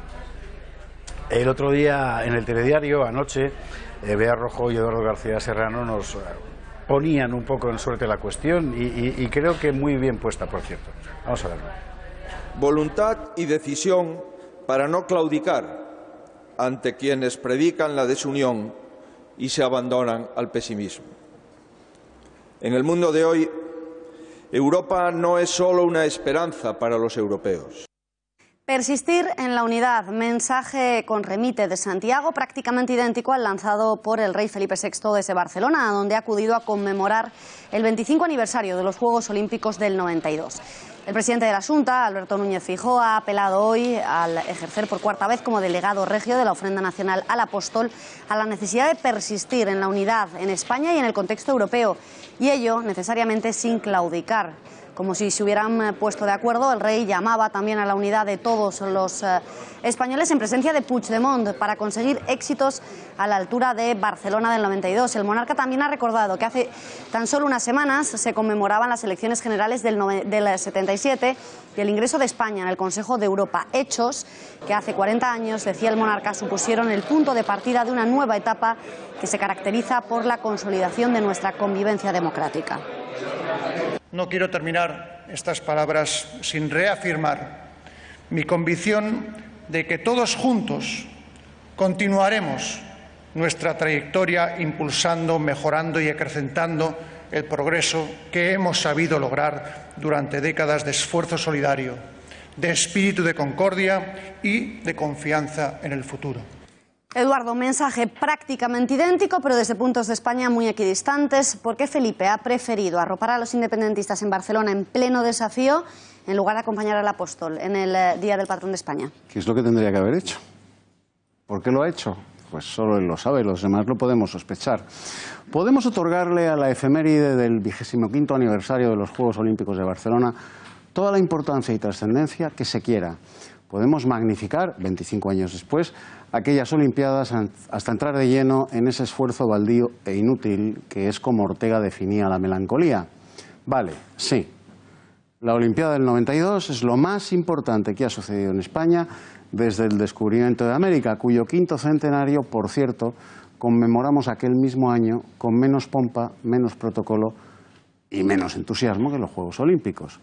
Pero con todo y con eso, el rey de España debería haber estado hoy en Compostela abrazando al Apóstol, patrón de la nación y de la historia sobre la que él reina, y no en Barcelona, dándole mimitos a los separatistas catalanes, quienes, por cierto, no han tenido ni una sola palabra de gratitud, negándose a recordar en tan importantísima efeméride, el 25 aniversario de una Olimpiada, que el esfuerzo colectivo que provocó aquel éxito sin precedentes desde los antiguos y originales Juegos Olímpicos griegos fue de todos los españoles, porque las Olimpiadas modernas, resucitadas por el barón de Coubertin, se singularizan y se celebran en las ciudades. Pues claro, ¿dónde si no? Pero las pagan, las financian, las vertebran y las organizan los estados. Las naciones de las que forman parte las ciudades elegidas como sedes olímpicas. Es evidente que el Apóstol Santiago no merece el respeto que el rey de España sí le ha brindado hoy a Puigdemont. Así nos luce el pelo a todos, claro.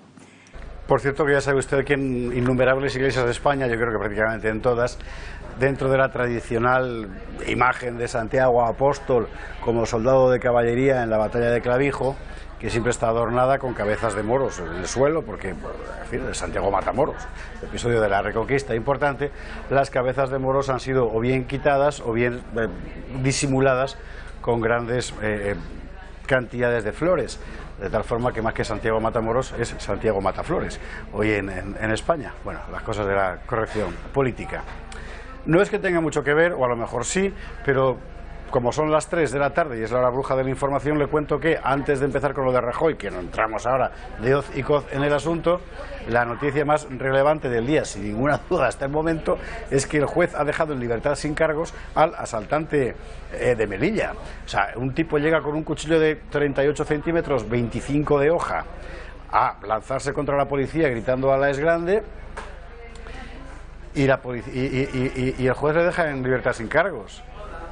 Y además toda la izquierda bramando por el excesivo uso de la violencia por parte de la policía a la hora de reducir al tipo. Es asombroso. Ayer, fíjese usted qué cosas, ayer en el telediario, Bea Rojo y Eduardo García Serrano le metían el diente al asunto. Y yo cuando lo vi pensé, me parece que mis compañeros han exagerado. ¿Qué va? Se han quedado cortos. Vamos a ver cómo lo hicieron. Buenas noches. Al grito de "Alá es grande", un yihadista armado con un cuchillo ha herido a un policía en el paso fronterizo de Melilla, la principal vía de acceso entre Marruecos y España. La policía ha conseguido reducirlo, lo acaban de ver, mientras que el titular de Interior trataba de quitar importancia a este ataque, reduciéndolo a la acción de un desequilibrado. Lo vemos ya en las 5 W. Juan Ignacio Zoido, ministro del Interior, siguiendo la estela de la corrección política a la que obliga Bruselas, ha minimizado el ataque perpetrado por un islamista radical hoy en el paso fronterizo de Ben Azir, principal frontera para España y también para Europa con Marruecos. A primera hora de la mañana, este individuo armado con un cuchillo de grandes dimensiones ha atacado a uno de los policías de la frontera, hiriéndole de carácter leve en una mano. Como se aprecia en el vídeo que acaban de ver, el resto de los agentes han protagonizado una escena propia de una película de acción. Con serenidad y aplomo han ido rodeando al atacante hasta conseguir reducirlo con el lanzamiento de una baliza de separación. Una vez en el suelo han podido detener al sospechoso tras desarmarle. Que el atacante haya gritado en nombre de Alá, consigna marcada por el yihadismo, no tiene para Zoido la menor importancia, que parece olvidar que precisamente los ataques individuales con arma blanca son una de las herramientas efectivas y sanguinarias del terrorismo yihadista. ¿Acaso olvida el ministro Zoido cómo murió el agente de Scotland Yard que vigilaba el Parlamento británico? ¿Olvida también el titular de Interior cómo los palestinos desarrollaron hace solo un par de años una de las fases más cruentas de la intifada, apuñalando silenciosamente a los judíos en las paradas de un autobús, en los supermercados o en las aceras? Desde Intereconomía queremos felicitar a las fuerzas del orden que han conseguido que el ataque se haya quedado tan solo en un susto, sin menoscabo del evidente y necesario reproche a esas declaraciones del ministro por tratar de negar lo evidente. Ni es la primera vez ni desgraciadamente será la última en la que el yihadismo utilice el cuchillo en lugar de la Kalashnikov. Aún así, hoy España vuelve a convertirse en ejemplo del mundo en su lucha contra el terrorismo islamista y así lo reconocen desde Estados Unidos. De todo ello vamos a hablar en los próximos minutos. Antes, editorial con Eduardo García Serrano.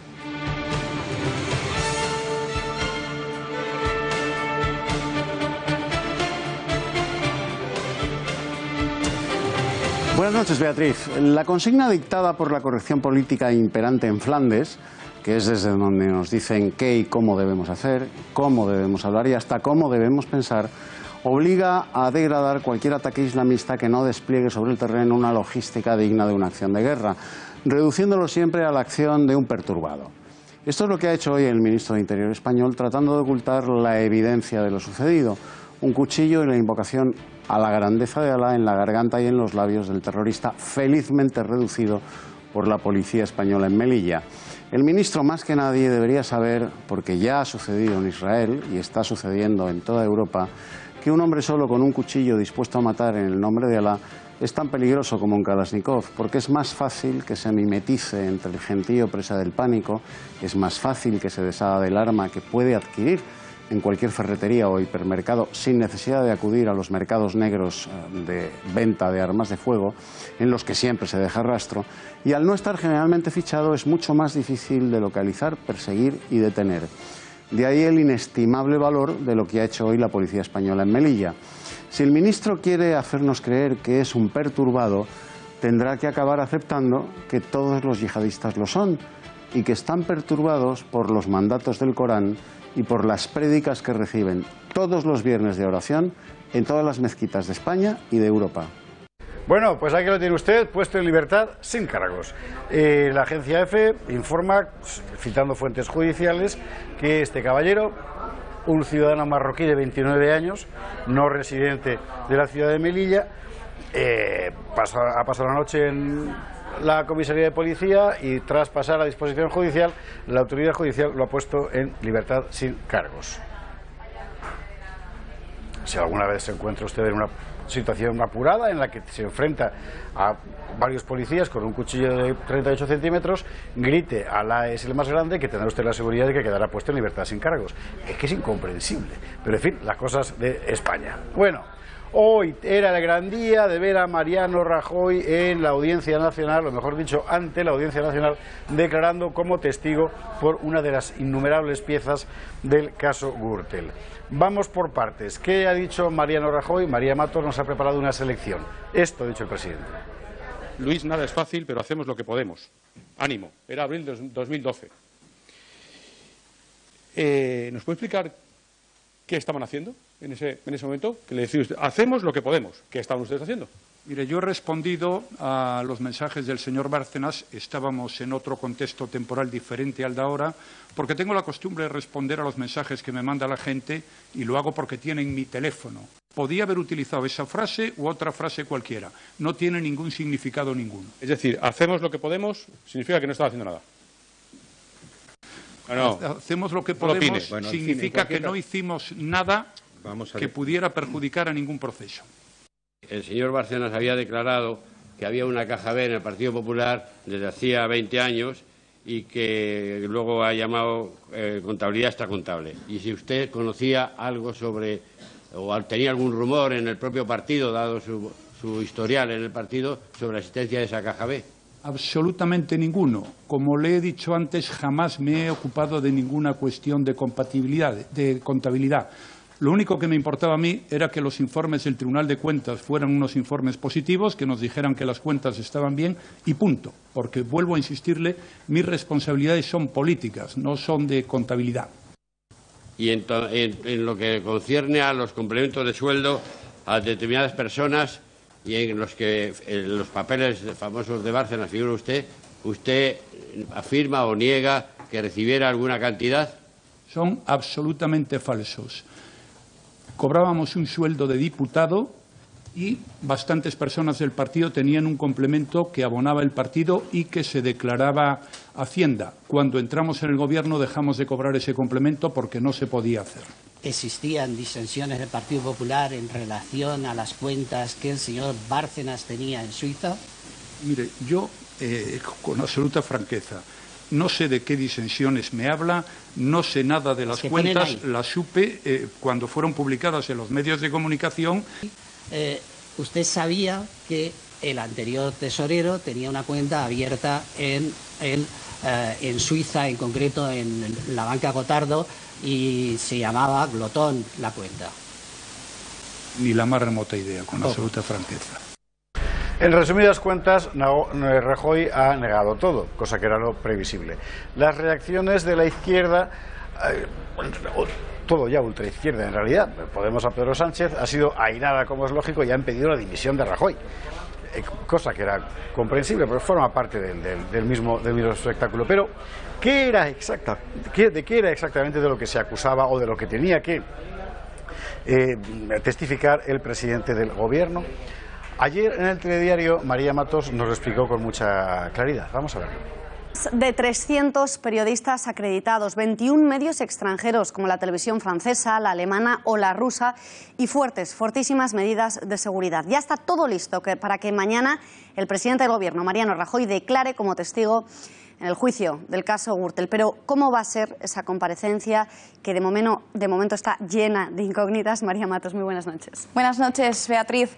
Pues está citado mañana a las 9:30 de la mañana. Se desplazará a la sede de la Audiencia de San Fernando de Henares, al este de Madrid, y ahí es donde comienzan las incógnitas, porque hay dos opciones a la hora de entrar al tribunal. Rajoy puede hacerlo por la puerta principal, que es donde lo han hecho todos los testigos hasta ahora, y dejarse así fotografiar por los periodistas, periodistas, ahí está donde va a estar la prensa, o la otra opción que sería entrar por la puerta de los vehículos para así evitar los focos de la prensa.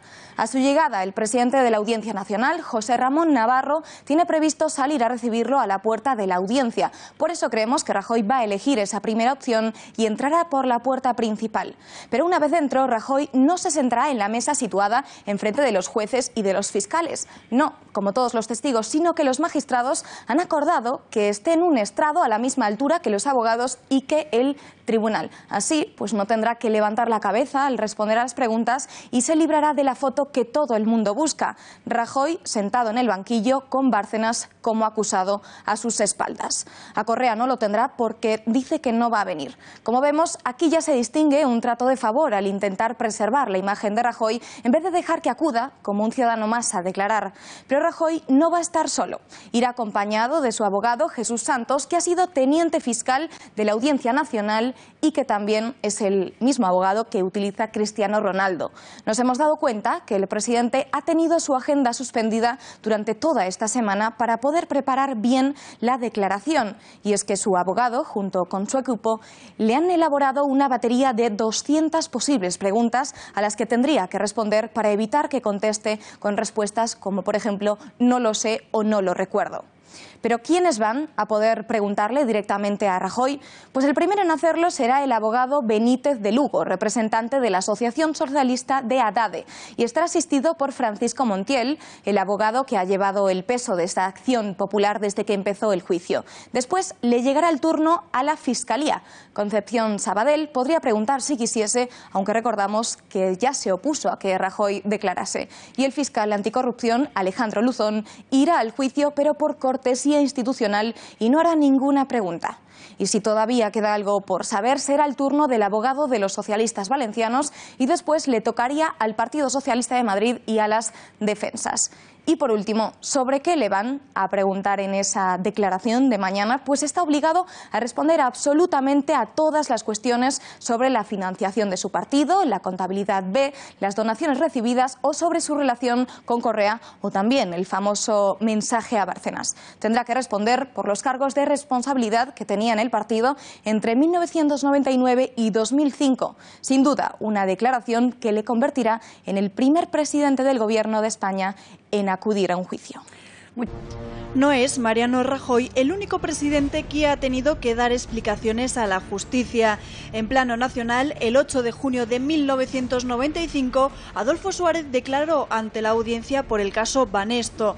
Ha sido el primer presidente de la democracia que se ofreció a prestar declaración sobre uno de los procesos más largos sobre delitos económicos.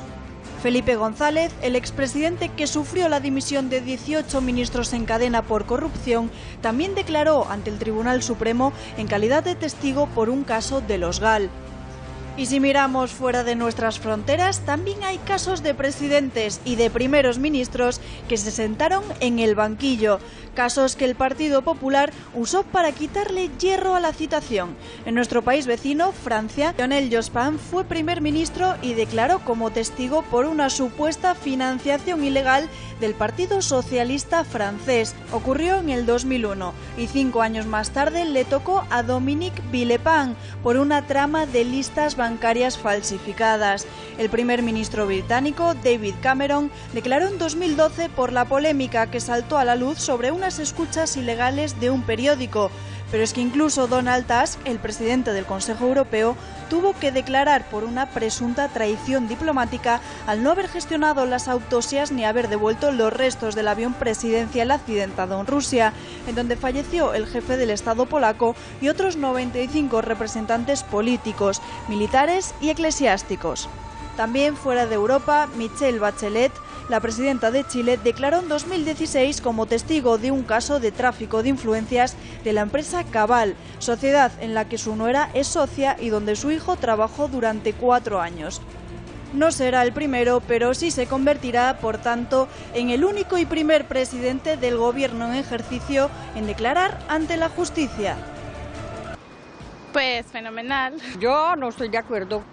Yo no creo que lo hayan sentado en el banquillo, ¿no? Pues supongo que con razón, entonces. Que es una parte más de la investigación. A mí me parece perfecto. Han sentado será porque hay causas para ello. Tiene que responder como todo el mundo. La justicia debe ser aplicable para todos. Como testigo podemos ir cualquiera. Cuando lo sientan como testigo habrá base. Lo que pasa es que en España, pues al no estar acostumbrados que un presidente declare, sea la primera vez en la historia, pues claro, es muy noticiable. Que dirán su testimonio y no creo que sea una cuestión política para verle y sacar la foto, sino que supongo que será porque creen que tiene algo que decir.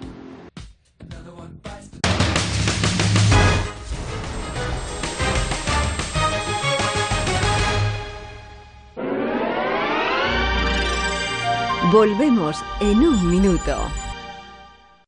Hablar de este jamón cocido es hablar del tiempo. De este no, de este. Porque en El Pozo hacemos así nuestro jamón cocido artesano, dándole tiempo al tiempo. Como dijo otro artesano, el tiempo siempre encuentra el final perfecto. Jamón cocido artesano de El Pozo. Ya no se hacen jamones cocidos así. El Pozo. Si andas perdido y no sabes a quién creer, la primera a la derecha. Si estás cansado de los medios domesticados por el poder, la primera a la derecha. ¿Quieres informarte, pero también entretenerte? La primera a la derecha. Para encontrar los temas que otros no se atreven a contar, la primera a la derecha. La primera a la derecha.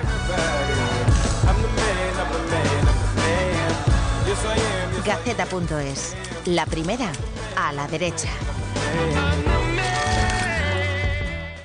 En El Pozo hacemos así nuestro jamón cocido artesano, dándole tiempo al tiempo. Ya no se hacen jamones cocidos así. El Pozo. Solo hoy, explosión de precios en el Big Bang Day de la tienda en casa. Llámanos o entra en latiendaencasa.es.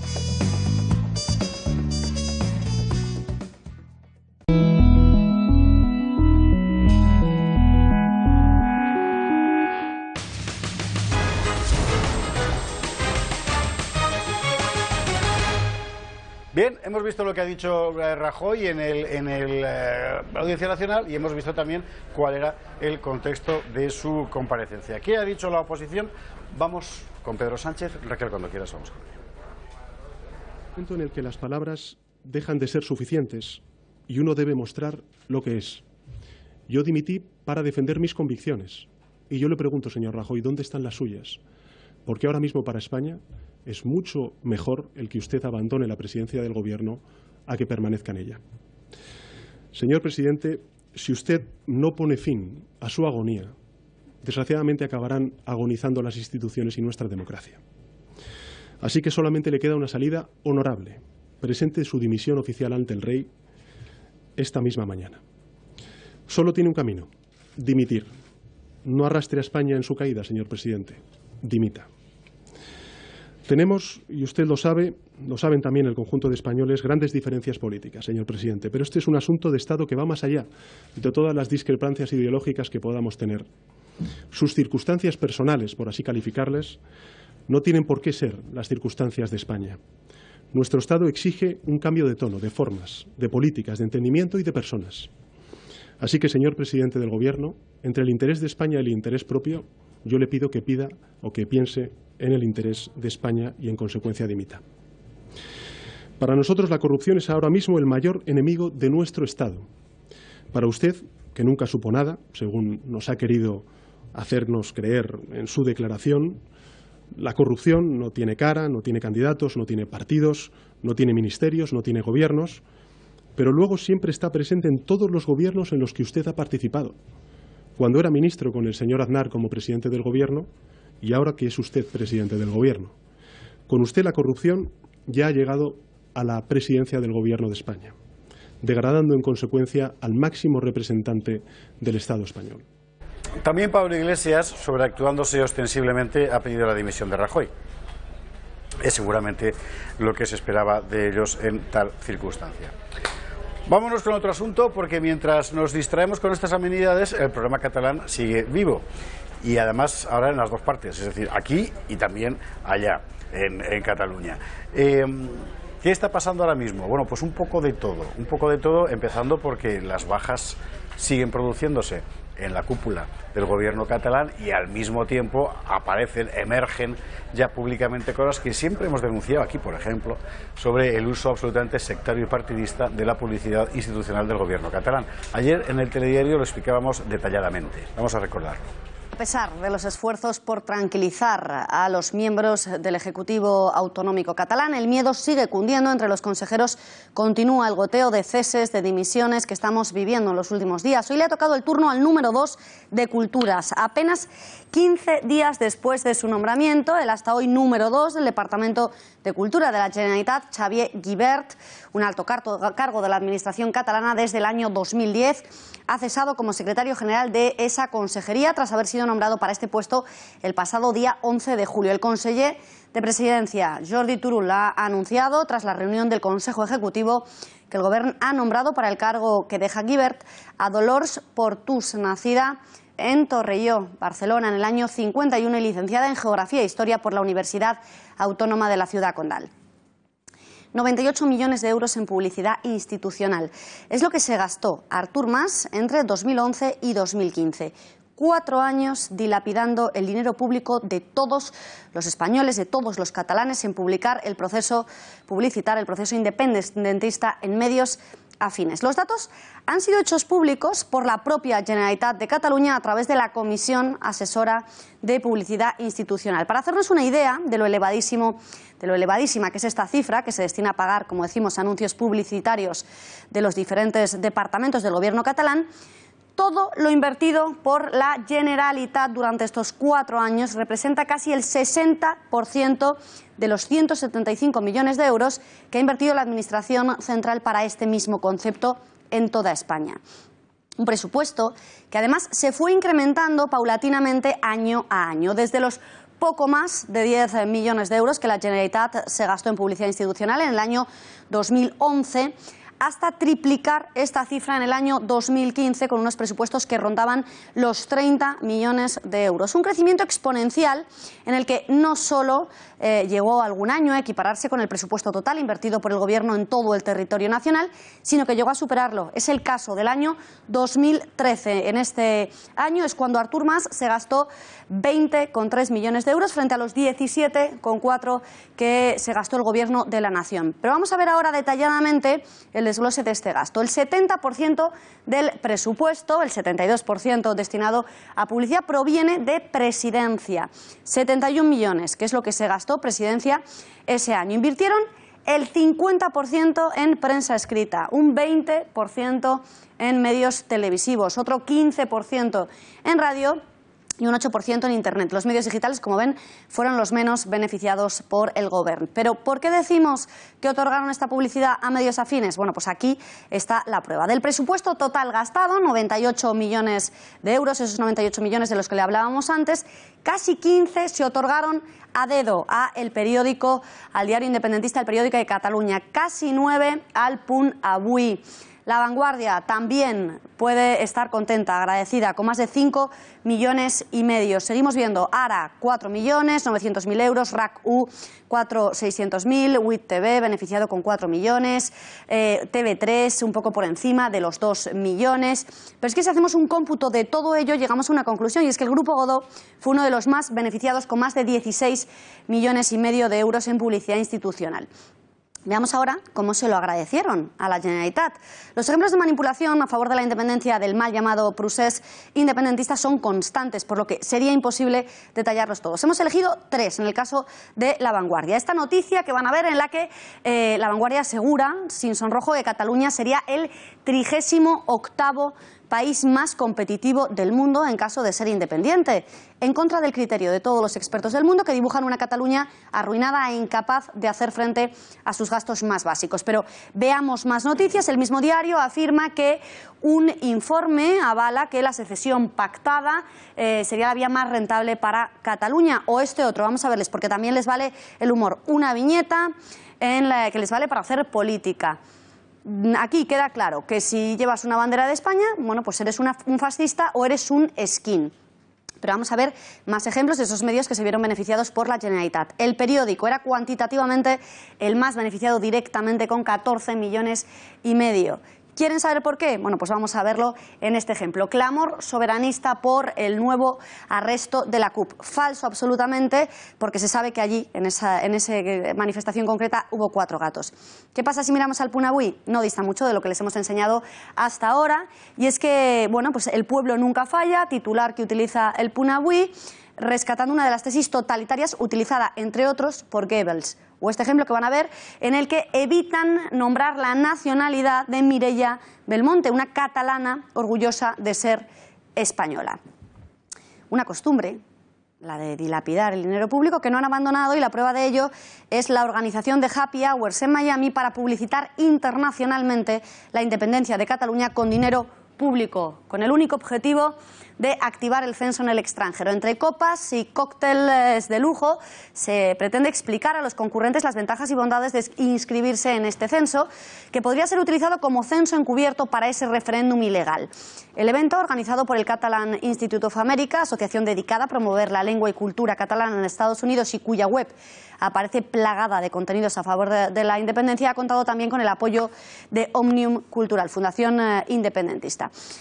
Y 50 personalidades internacionales han defendido el derecho de los catalanes a celebrar el referéndum ilegal.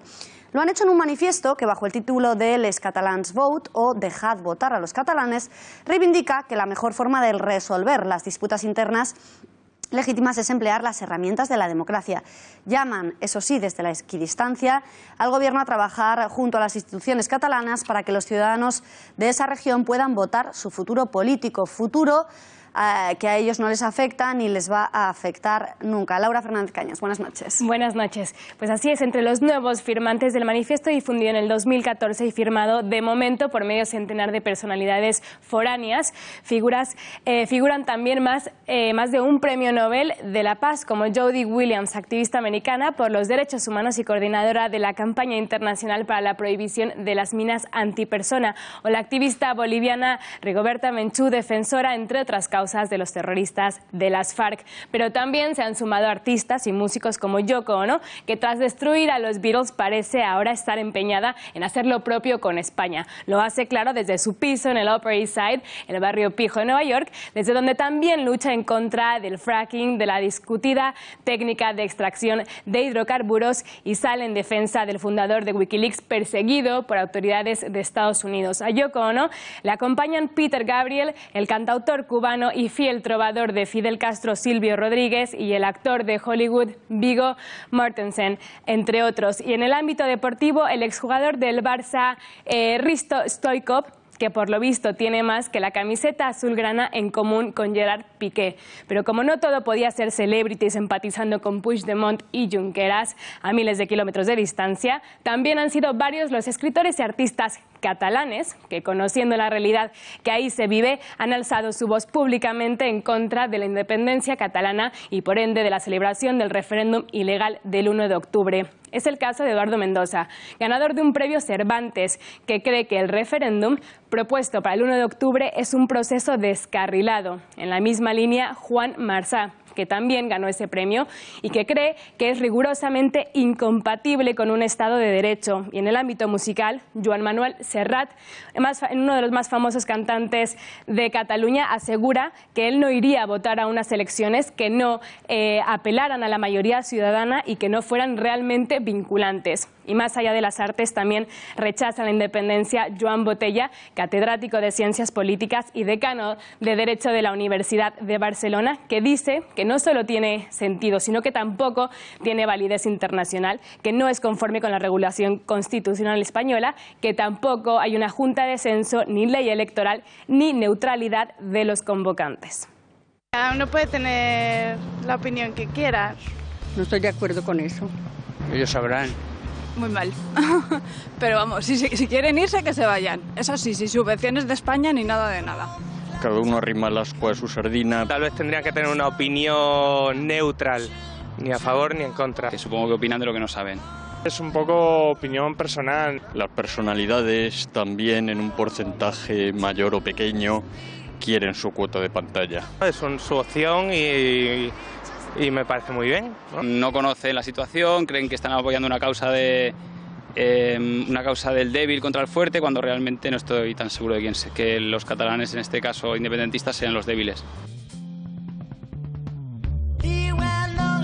Bueno, Eduardo, ¿a ti qué te parece? Porque a la gente en la calle no les parece mal del todo, que Yoko Ono opine de Cataluña, Peter Gabriel, Stoikov, Viggo Mortensen... Yoko Ono, la geisha de John Lennon. Está justo. Bueno, pues éramos pocos y parió la abuela, o sea, Yoko Ono. Diversos y pintorescos personajes del mundo de la farándula, titiriteros de payasos sin fronteras, intelectuales a la pomada de la bien pagada y futbolistas con más kilos que títulos que ya no están ni para jugar en la selección del Imserso, que lo ignoran todo de España, de nuestro devenir histórico, se creen con el derecho que les debe otorgar la ciencia infusa que fuman y la frivolidad esencial en la que chapotean a opinar sobre el derecho de Cataluña a romper España. Los más destacados académicos de esta ONG, Payasos sin Fronteras, son Yoko Ono, la viuda de John Lennon. Ese es todo su currículum, lo siento feministas, viuda de John Lennon. El mamporrero castrista Silvio Rodríguez, que compone odas y madrigales sobre los cadáveres que el tirano comunista amontona en Cuba desde hace más de medio siglo. Y Hristo Stoikov, un cíngaro búlgaro que jugando en el Barça estaba más presto al insulto, al salivazo, al puñetazo y a la patada que a la geometría del fútbol y al vuelo del balón. Todos ellos lo ignoran absolutamente todo de España, pero como todos los payasos jubilados creen tener derecho a opinar sobre lo que desconocen, el derecho de autodeterminación y su aplicación en Cataluña. Nada hay peor que las viejas vedetes buscando a costa de lo que sea la fama perdida entre las arrugas del calendario y del espejo. Bueno, pues esto es lo que está pasando y es, por cierto, lo más importante que está pasando en España, es evidente. Pedro Sánchez y Pablo Iglesias han pedido a Rajoy que dimita, no han pedido a Puigdemont que dimita, por el contrario, una cosa importante. Y la policía ha detenido a un yihadista en Vizcaya por difundir ideología, pero la justicia deja libre, sin cargos, al asaltante que ayer con un cuchillo atacó a la policía al grito de "Ala es grande" en la frontera de Melilla. Son las cosas que tiene España. Gracias por estar ahí. Mañana, a partir de la 1:30, más aquí en la Redacción Abierta. Hasta mañana.